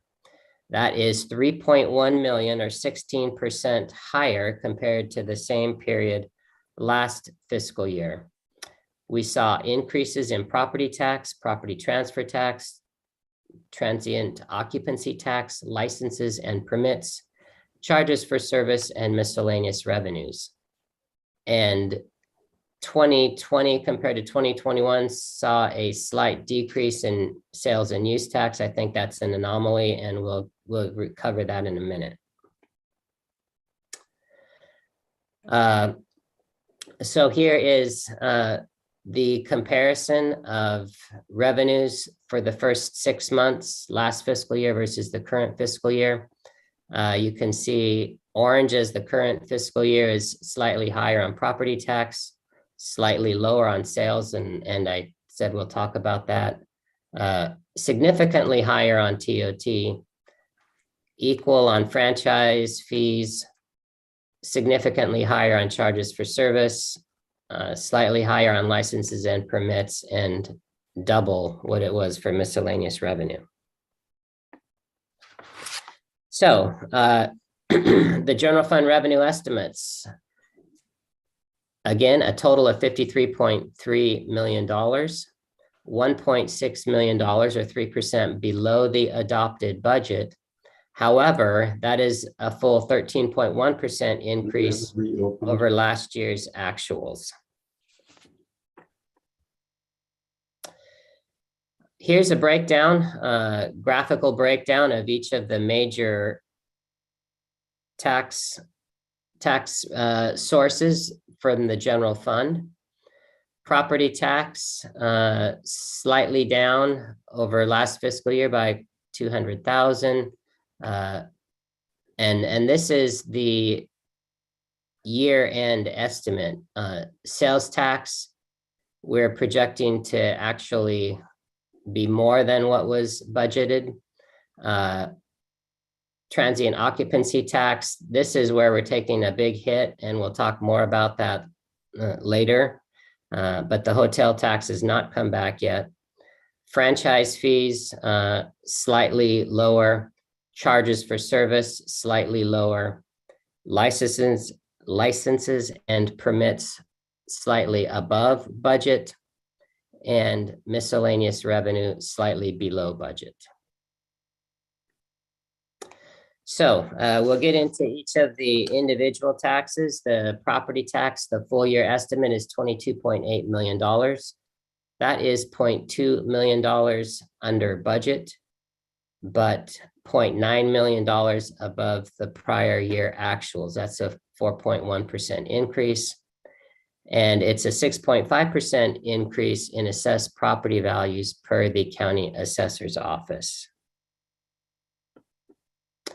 On the sales tax side, full year estimate is taking in 11.1 million in sales tax revenue. That is $0.3 million above budgeted amounts, and it's $0.3 million above prior year actuals. Now, on the sales tax piece of our budget, we contract out with a vendor, HDL and Associates, Hinderleiter Delamas and Associates. And so they are the ones that actually give us these figures. And it's difficult to do because the sales tax revenue lagged behind by several months. So the current results that are shown here are for the quarter ending September 2021. And we don't get the December results until mid-March, so we're close to getting those results. Transient occupancy tax, also known as the hotel tax. The full year estimate is $1.5 million, still $0.9 million below budget, and $0.7 million above prior year actuals. COVID-19 has really had a difficult impact on hotel occupancy, as you know. Across the state, hotels that are destination type resorts, beach cities, Anaheim, places that people travel to for vacations, they have recovered very quickly. Our hotel tax is based more on, or significantly on, some business travel, and that just has not recovered yet. So hopefully that will be coming soon. Franchise fees. The full year estimate for franchise fees is $5.5 million. That is $500,000 below budget, but still $0.08 million, 1.5% above actuals for last year's. The franchise fees growth is impacted by annexations and changes in franchise fee rates. One of the reasons for the reduction, or for not meeting our full budget amount, is there's a lot of business closures and reductions in commercial waste hauling from COVID-19, affecting the actual revenue receipts. Those have just not come back as quickly as we had hoped.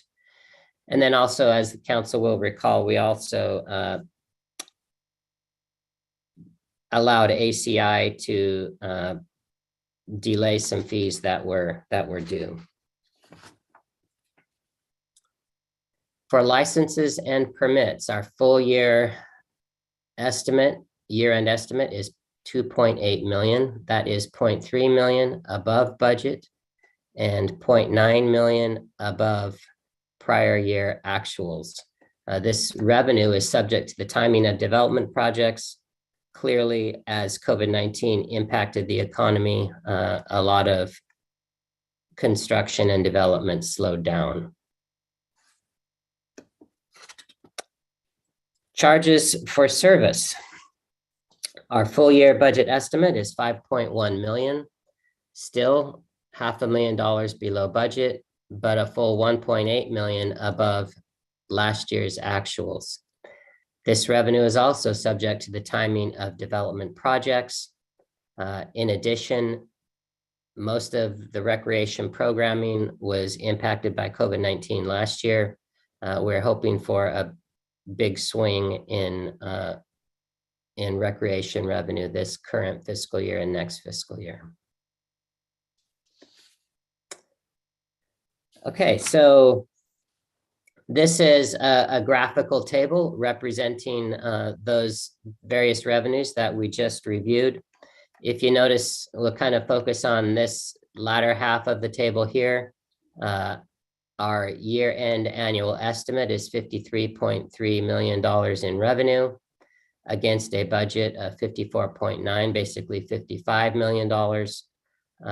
So the difference is $1.7 million below budget. And that compares quite favorably to last year's actuals of 47.1 million.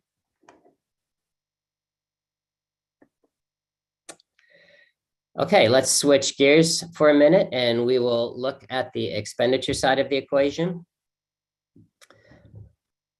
Comparing December of 2021 versus 2021-22 estimates. So last fiscal year, the first 6 months, we had taken in 21.4 million. In the current fiscal, or and I'm sorry, we not taken in, but spent. So last fiscal year, 2021, we spent 21.4 million. In the current fiscal year, the first 6 months, we spent 23 million. All of last fiscal year, our general fund expenditures totaled 48.3 million. We are projecting a year-end spend of 53.8 million from the general fund, and that's against our $55 million budget.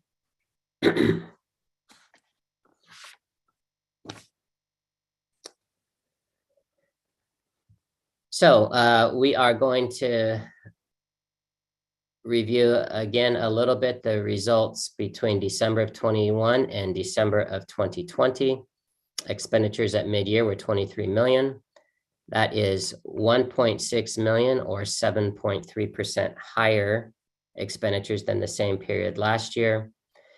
Much of that is reflected in higher salary and benefit costs, service costs, contracts, and increasing the economic recovery. And there are 14 vacant funded positions, which helped to reduce that expenditure total.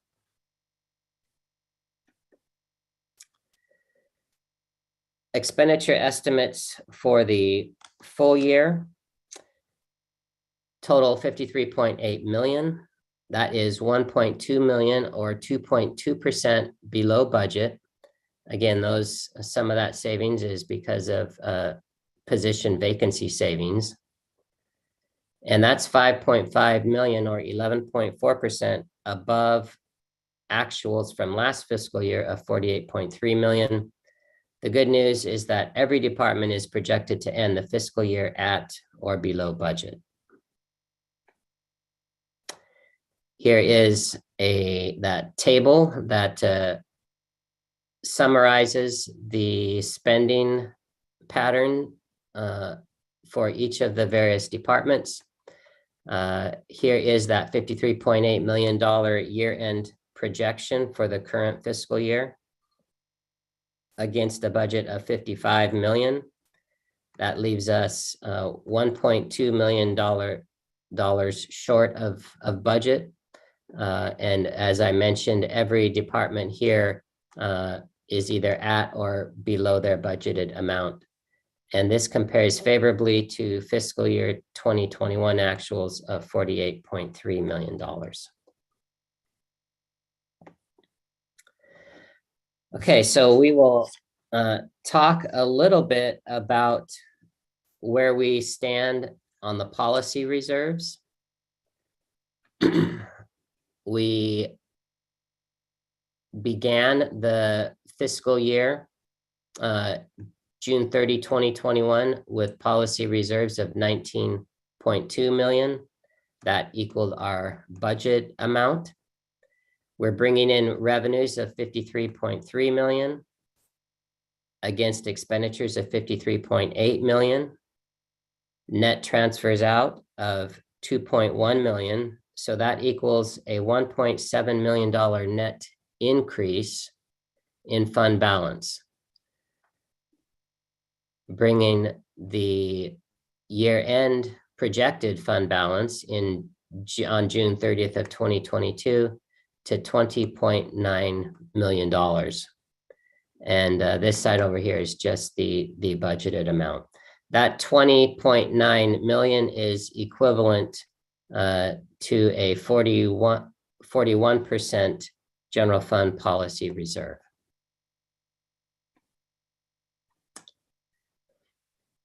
Here are the same expenditure lines, but this is for all funds, not just the general fund.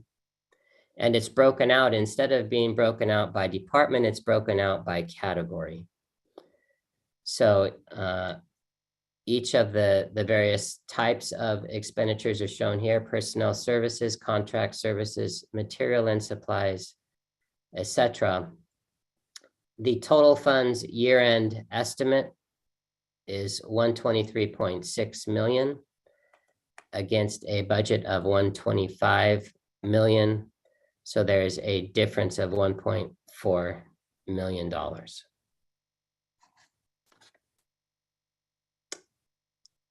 And then we'll talk for just a minute specifically about Doherty Valley Fund. Doherty Valley revenue is projected to come in at $500,000 over budget. The full year estimate is 21.3 million. That is 2.3 million above last year's actuals. The rate of home sales and the timing of reimbursements from the county impact the collection of those tax revenues. On the expenditure side, Doherty Valley is $0.2 million under budget. The full year-end estimate is 22.7 million, and this is 2.3 million above last year's actuals. The Doherty Valley expenditures increase is explained by increases in service contracts, utility costs, and annexations, and it is offset by decreases in position vacancies. Okay, so we are now to the real meat and potatoes of the presentation, where we are going to discuss the proposed and recommended budget adjustments. This first slide here discusses budget adjustments, enhancements to the current fiscal year of $348,487. This is broken out into the following increases, proposed increases: $210,022 for citywide electric vehicle charging stations. That's a CIP project the council recently approved. An additional $36,000 for funding vehicle and equipment fuel. Funding for janitorial services at the San Ramon Olympic Pool, Doherty Station Community Center, and Doherty Station Library, totaling $19,857. Another project the council recently approved is funding for the fence removal at the San Ramon Golf Course, totaling $39,000. It's also proposed to add a new administrative coordinator position in the city attorney's office. This person would be handling the consolidation of all city contract related functions. And the position will also assist with administrative duties in the city clerk's office. The total cost of that position is, for the current fiscal year, is projected to be $43,608. Lastly, a reclassification of a senior administrative analyst position to a program manager in the finance division. Over time, this position has become responsible for increasingly complex financial functions, in addition to having 3 direct reports assigned to the position because of a finance division reorganization. However, no additional funding is needed for this. So these Each of these items totals, again, $348,487 impact to the general fund. Kelly, one quick question on previous one. Yes, sir. For citywide electric vehicle charging stations, we do get grants, right? So if we don't do this, are we going to hit with that grants? How is that grants work? Any idea? We have a full team, or I have a full team behind me of people that can answer that. I believe the answer to that is yes, we do get grants. Debbie, are you there that you can speak to that? Actually, that would be for Maria's team to speak to. Oh, my apologies. No worries. Good evening, Vice Mayor and Council. So we do have a specific grant that we were able to obtain for this particular one. There are a number of grants that are also out there that we will also continue to apply for, and we may be able to apply it to this as well as getting more charging stations throughout the city. Thank you. I see Councilmember Perkins, raise your hand. Okay. Yeah, I'm assuming that the 36,000 for fuel was developed many weeks ago, and we should possibly expect maybe another request in a few weeks or maybe a month or so for additional fuel. Is that, or you think you'll be able to find it in the budget without getting another increase? Well, I can go ahead and answer that. When we estimated this amount, yes, it was based on about a month or so ago. However, we did add a little bit of contingency in there as we saw it continuing to rise. So if it does rise and this budget may not be quite enough, we did make sure that we would be able to absorb any increases through the rest of the fiscal year. Okay. Well, let us know if they go up to $6 and $7 a gallon, we may need to talk about it again. Okay, thanks. Thank you, Maria. Any other questions for this page? Okay. So that the previous page was about general fund enhancements. The next few slides are appropriations to other funds totaling $709,166 in expenditures, and then the $66,823 in the revenue. And Vice Mayor Veros that's part of that grant funding for the electric vehicle charging station. So we'll get to that in a minute.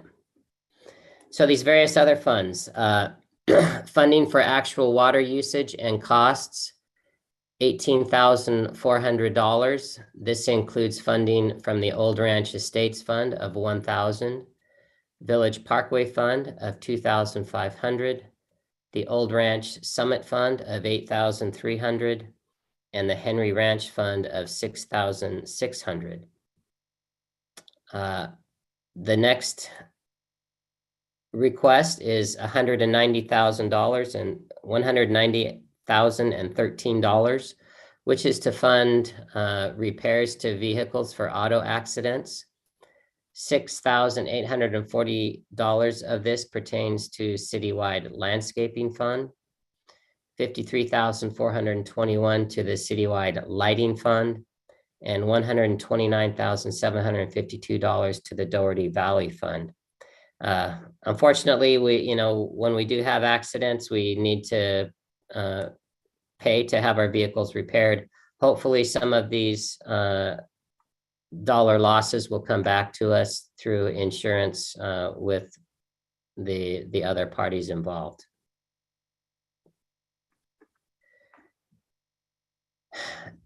There is also a request to fund a new maintenance technician 1-2 for the roadway and flood control program. The expense request would be $35,197 from citywide lighting fund, and $4,170 from the NPDES Stormwater Fund. Also, a request to reclassify a maintenance tech 2 to a maintenance coordinator position to oversee utility, crew, and trail maintenance responsibilities.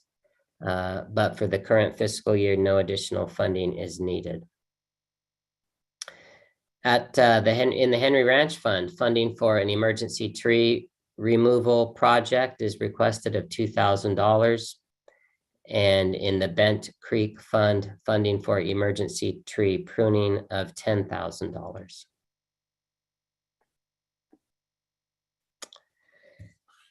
Okay, the Doherty Valley Fund. This slide needs a little bit of explanation. As you're aware, the Doherty Valley Fund at fiscal year end, it gets reconciled and made whole with the general fund. So although these three funding requests are coming through the Doherty Valley Fund, they will actually impact general fund reserves. The requests are funding for janitorial services at the San Ramon Olympic Pool, the Doherty Station Community Center, and Doherty Station Library, totaling $23,670. Funding to repair inoperable streetlights that were caused by a wire theft. That project is going to cost $89,530. And funding for a tree aphid treatment out in Doherty Valley of $40,000. The Solid Waste Fund is requesting funding of $36,410 to fund recyclist software to comply with SB 1383 reporting requirements. And funding from the Village Parkway Fund is requested for tree pruning due to storm damage and trees with poor and hazardous structures. That funding request totals $1,500. Let's shift gears a little bit to some CIP projects. There is funding requested from the Infrastructure Maintenance Fund to repair the Bollinger Canyon Fountain butterfly valve that needs to be replaced. That total is $8,276. There is also a request for funding from the Infrastructure Maintenance Fund for HVAC duct cleaning, totaling $50,000. Funding also from the Infrastructure Maintenance Fund for citywide parks and amenities, totaling $200,000. And then these last three bulleted items here are to actually remove funding and return it to source. So remove funding from the Park Development Fund for citywide parks and amenities, $413,212. Remove funding from the Park Development Fund for irrigation booster pump installation of $40,000. And remove funding for the Park Development Fund for a shade structure of $44,448. And if I'm not mistaken, each of those projects, those give backs are because either the project is no longer needed or funding is construction has been delayed and funding is not needed at this time. Okay, we are almost there. CIP funding. Here is, we're talking about the revenue side now. So answering Vice Mayor Verosa's comment, the vehicle charging stations, we are expecting a grant from the Bay Area Air Quality Management District Transportation Fund for Clean Air of $44,000. And a grant of $22,823 from the Contra Costa Measure J Commute Alternative Funds. So that, if I recall, it was $210,000 request, to spend and offset by $66,000, almost $67,000 in revenue. And then lastly, the insurance liability fund. There we are requesting funding from the PARS Pension Rate Stabilization Trust. So that's our pension fund for ongoing CalPERS replacement benefit fees. This is just to move $500,000 out of basically non-spendable accounts into spendable accounts, so that as these additional PERS replacement benefit expenses come due and we receive invoices, then we have some place to pay for it.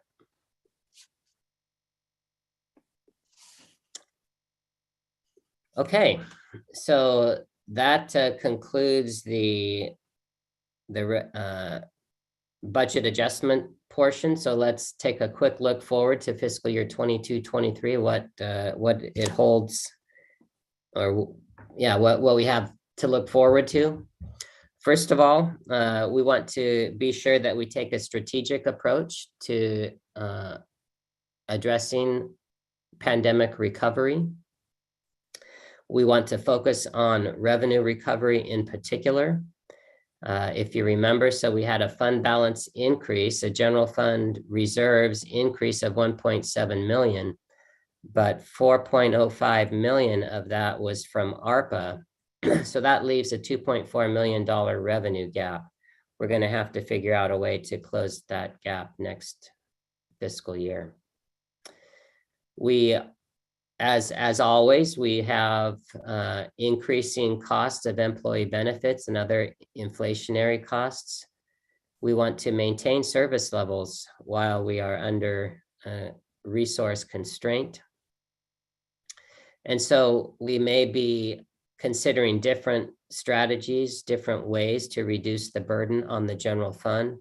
One of those strategies perhaps might be to draw down more funding from the PARS Pension Stabilization Trust Fund to make our PERS payment, our normal cost PERS payment for the fiscal year. We may also want to spend down our reserves, bring it down from that 41% level to the minimum 36% policy level. The one which you mentioned about option to draw from parts is the one which you mentioned previous slide, $500,000. Is that the one? This would be an additional draw. So it would be 500,000 plus whatever this strategy or this second draw would be. Okay. So do we have that number or? No, these are just things, strategies, ideas that we may want to implement for next fiscal year 22-23, to help us balance the budget. Okay, thank you. And so conclusions, our general fund beginning balance is higher than what we previously estimated, and that is due to better than anticipated year and ending results for last fiscal year, careful expenditure monitoring, and salary savings from position vacancies in the current fiscal year. Our general fund revenue is estimated to be 1.6 million below budget, offset by year-end general fund expenditures, also $1.2 million below budget. So a few more conclusions here. Our projected year-end policy reserves are 20.9 million. That's at the 41% reserve level. If, however, council approves the $3 million general fund mid-year requests, the $0.3 million general fund mid-year requests, our projected year-end reserves would be at 20.5 million, dropping the reserve level from 41% reserves to 40% reserves. So still a significant cushion between 40% and the 36% minimum. And lastly, the remaining 0.7 million in mid-year requests will be funded from other dedicated funding sources. So that concludes the PowerPoint presentation.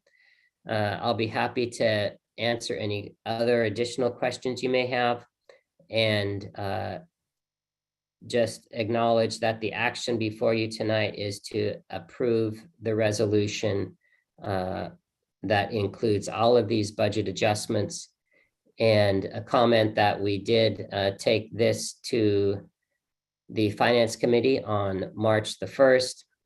We reviewed it there in detail with the Finance Committee, and they approved, or they recommended forwarding this budget request to council for consideration. One question on this slide is, if we get to 36%, which is the required, which is going to be 19 point, I don't remember the number.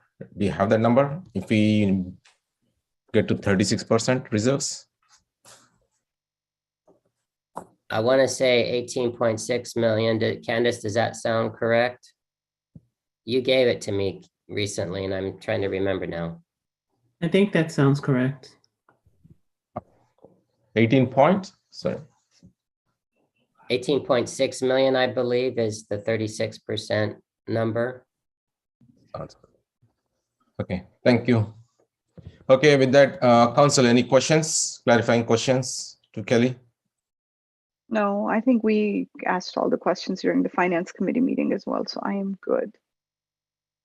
Sounds good. Yep, we went through a lot of questions. Okay, if we don't have any questions, then I'll open for public comment.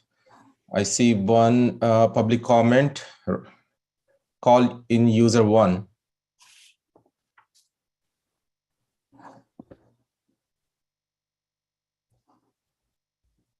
Mr. Sessions, I believe from the Finance Committee meeting, I gather that we are in negative. We're in the negative, right? So I am wondering then, why is it that we're going out to hire an attorney coordinator? And I bet that it's going to be another Asian. I'm Asian, just for disclosure. It's not, racism. I don't feel comfortable that our entire legal department pretty much is made up of Asian, specifically people from communist China. I need to know if you guys are creating positions with people in mind, meaning you guys already know who you want to bring on board, and therefore you go out there and create these positions to get those people on board. The question is why? What are you guys trying to do? Because these positions don't need to file forms for conflict of interest, but I know Mr. License is on the hook. So what are you guys trying to accomplish? I'm very, I just smell fish, the way that we are sort of in the negative, according to the reports that you have presented at the Finance Committee, but we're still going out to hire more. And, qualifications are not properly disclosed. And I just don't feel that there are transparency in our hiring process at all. Thank you. We have 14 vacant positions, and we are not on hiring spree anywhere. We are, in fact, at much more deficient at total 14 vacant positions, right? So that's significant number. And on top of it, all our hiring process is pretty public, open with all required documentation. I see Joe, raise your hand, please go ahead. Yeah, Vice Mayor, just since it is past 11, you're going to need to have the council make a motion to extend the meeting. Okay. I move that we extend the meeting for 1/2 hour at this time. I can second that. Or to what, 11:40? 11:40. Okay. Thank you. Okay. So the motion is moved by Councilmember Perkins, second by Councilmember Jaffer. Roll call, please. Councilmember Armstrong, Yes. Councilmember Perkins, Yes. Councilmember Zafar, Yes. Vice Mayor Veros. Yes. Thank you. That motion passes 4-0. Thank you. So any other public comments? I don't see any more. So I'm closing the public comment. With that, any further discussion from council? Not, I don't see. Mark, I see. Okay.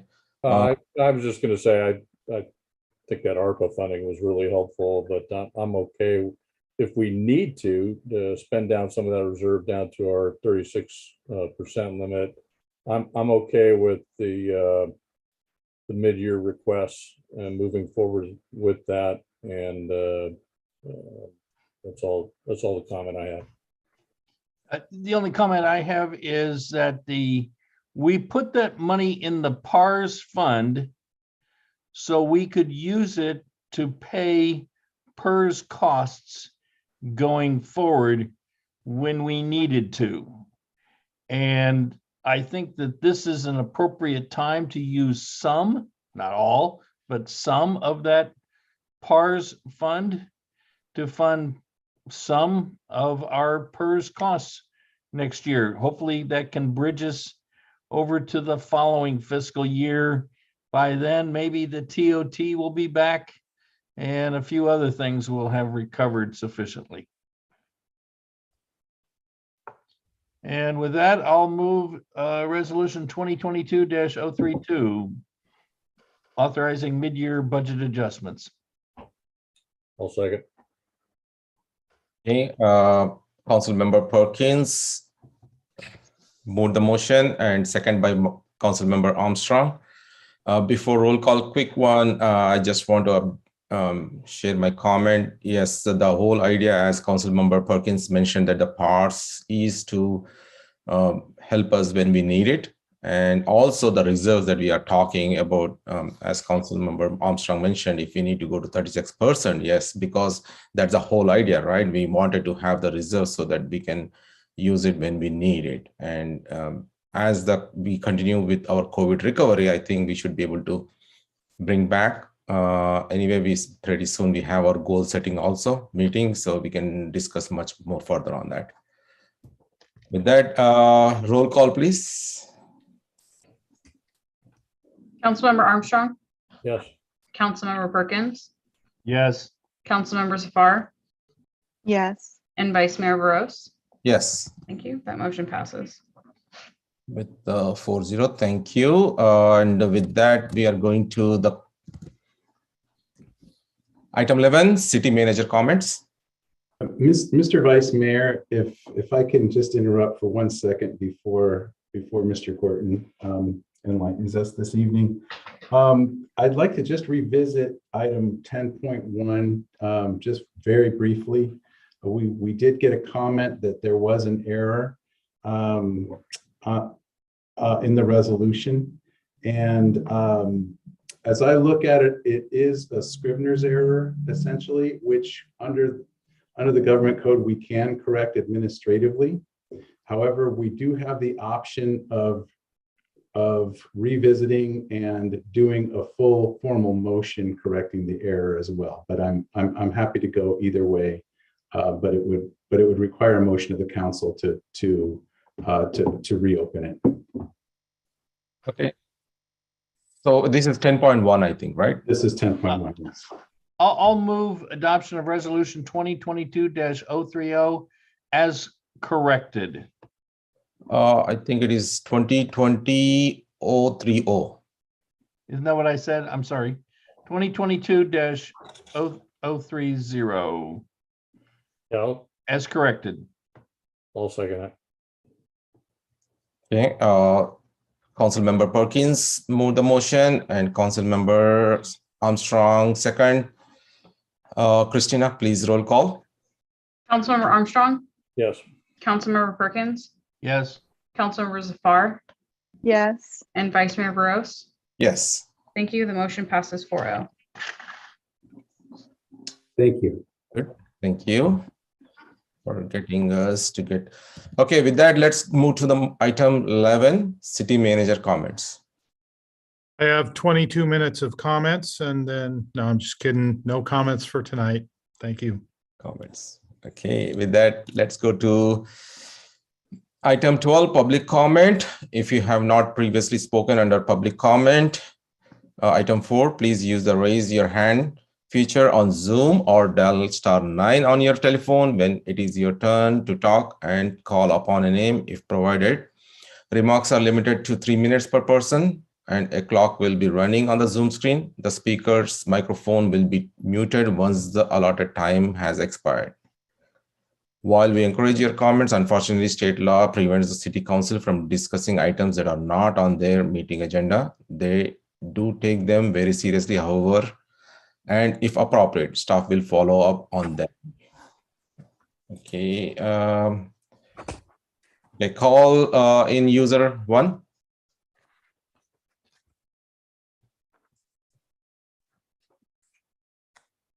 Can you hear me? Yes. I just want to claim that to all of you that I feel extremely upset that recently you guys have been really just violating my civil right to participate in government meetings properly. When I joined the Senior Advisory Committee, the clerk advised the chair, I think it's Miss Abreu, Molly Abreu, to shut me down at her pleasure when I had the right to comment for a agenda item. Councilmember Armstrong was there. He can be my witness. This kind of wanton behavior by you guys have to stop. You guys are totally abusing your power. And I demand an apology from Councilmember Perkins. You shut me down. When I was addressing that error, it just proved that I was right. You shut me down for no reason. I demand an apology. Shame on you guys. Shame on you guys. There are so much corruption going on in our city hall, in our staff who don't need to file conflict of interest. It's not even funny. Shame on you guys. Let's see if there is any other public comment. I don't see any public comment. So closing the public comment. With that, we are going to item number 13, City Council members and mayor's comments or vice mayor comments. Okay, who want to start? Is Councilmember Perkins? Please go ahead. Yeah, the Marin Clean Energy Technical Committee met and we approved a new contract for a power purchase agreement that will provide power to low-income families at a 20% discount. It's a program through the CPUC. That was the most significant thing of the evening. Thank you. Thank you. Councilmember Armstrong. Yeah, I did attend the Senior Citizen Advisory Committee meeting yesterday, and primary discussion was on the senior needs assessment. They've got that all drawn up. They talked about the distribution plan. It will go out through a variety of media, and we'll get the results will get collected back up. They did the usual program updates as well. Did a comparison between kind of pre-COVID, post-COVID, in terms of the different drop-in programs and the congregate meals and things like that. There's obviously a reduction in the number of participants from pre-COVID till now, but the trend is that it is improving and increasing. So that's on the right direction. And a little bit on talk about as usual rentals and the senior center usage and things like that. So a fairly standardized meeting. That's all. Remember Jafar? It was good to see everybody at the the city address, where Mayor Hudson shared about our city updates and the year in review, if you will. Other than that, just wanted to wish all the amazing ladies at City Hall a happy International Women's Day. And that's it. Same here. Nice to see you all at the State of City meeting by Mayor Hudson's speech. It was well done. And we had a couple of finance committee meetings on March 1st, where we reviewed mid-year financial review, as well as on March 7th, we did review fee schedule proposed changes. Please, I would highly encourage everyone to review that. So if you get questions from community, then you will have the answers. And then, in any case, it will come to our city council, I think, so for approval. And that's on the community sides. And I would like to wish you Happy Women's International Day. Thanks to all women who are serving our city and helping us to be one of the beautiful city. Thanks. With that, we are at the last item, 14, adjournment. Thank you. I can second that. Bye. Bye. Bye. Good night.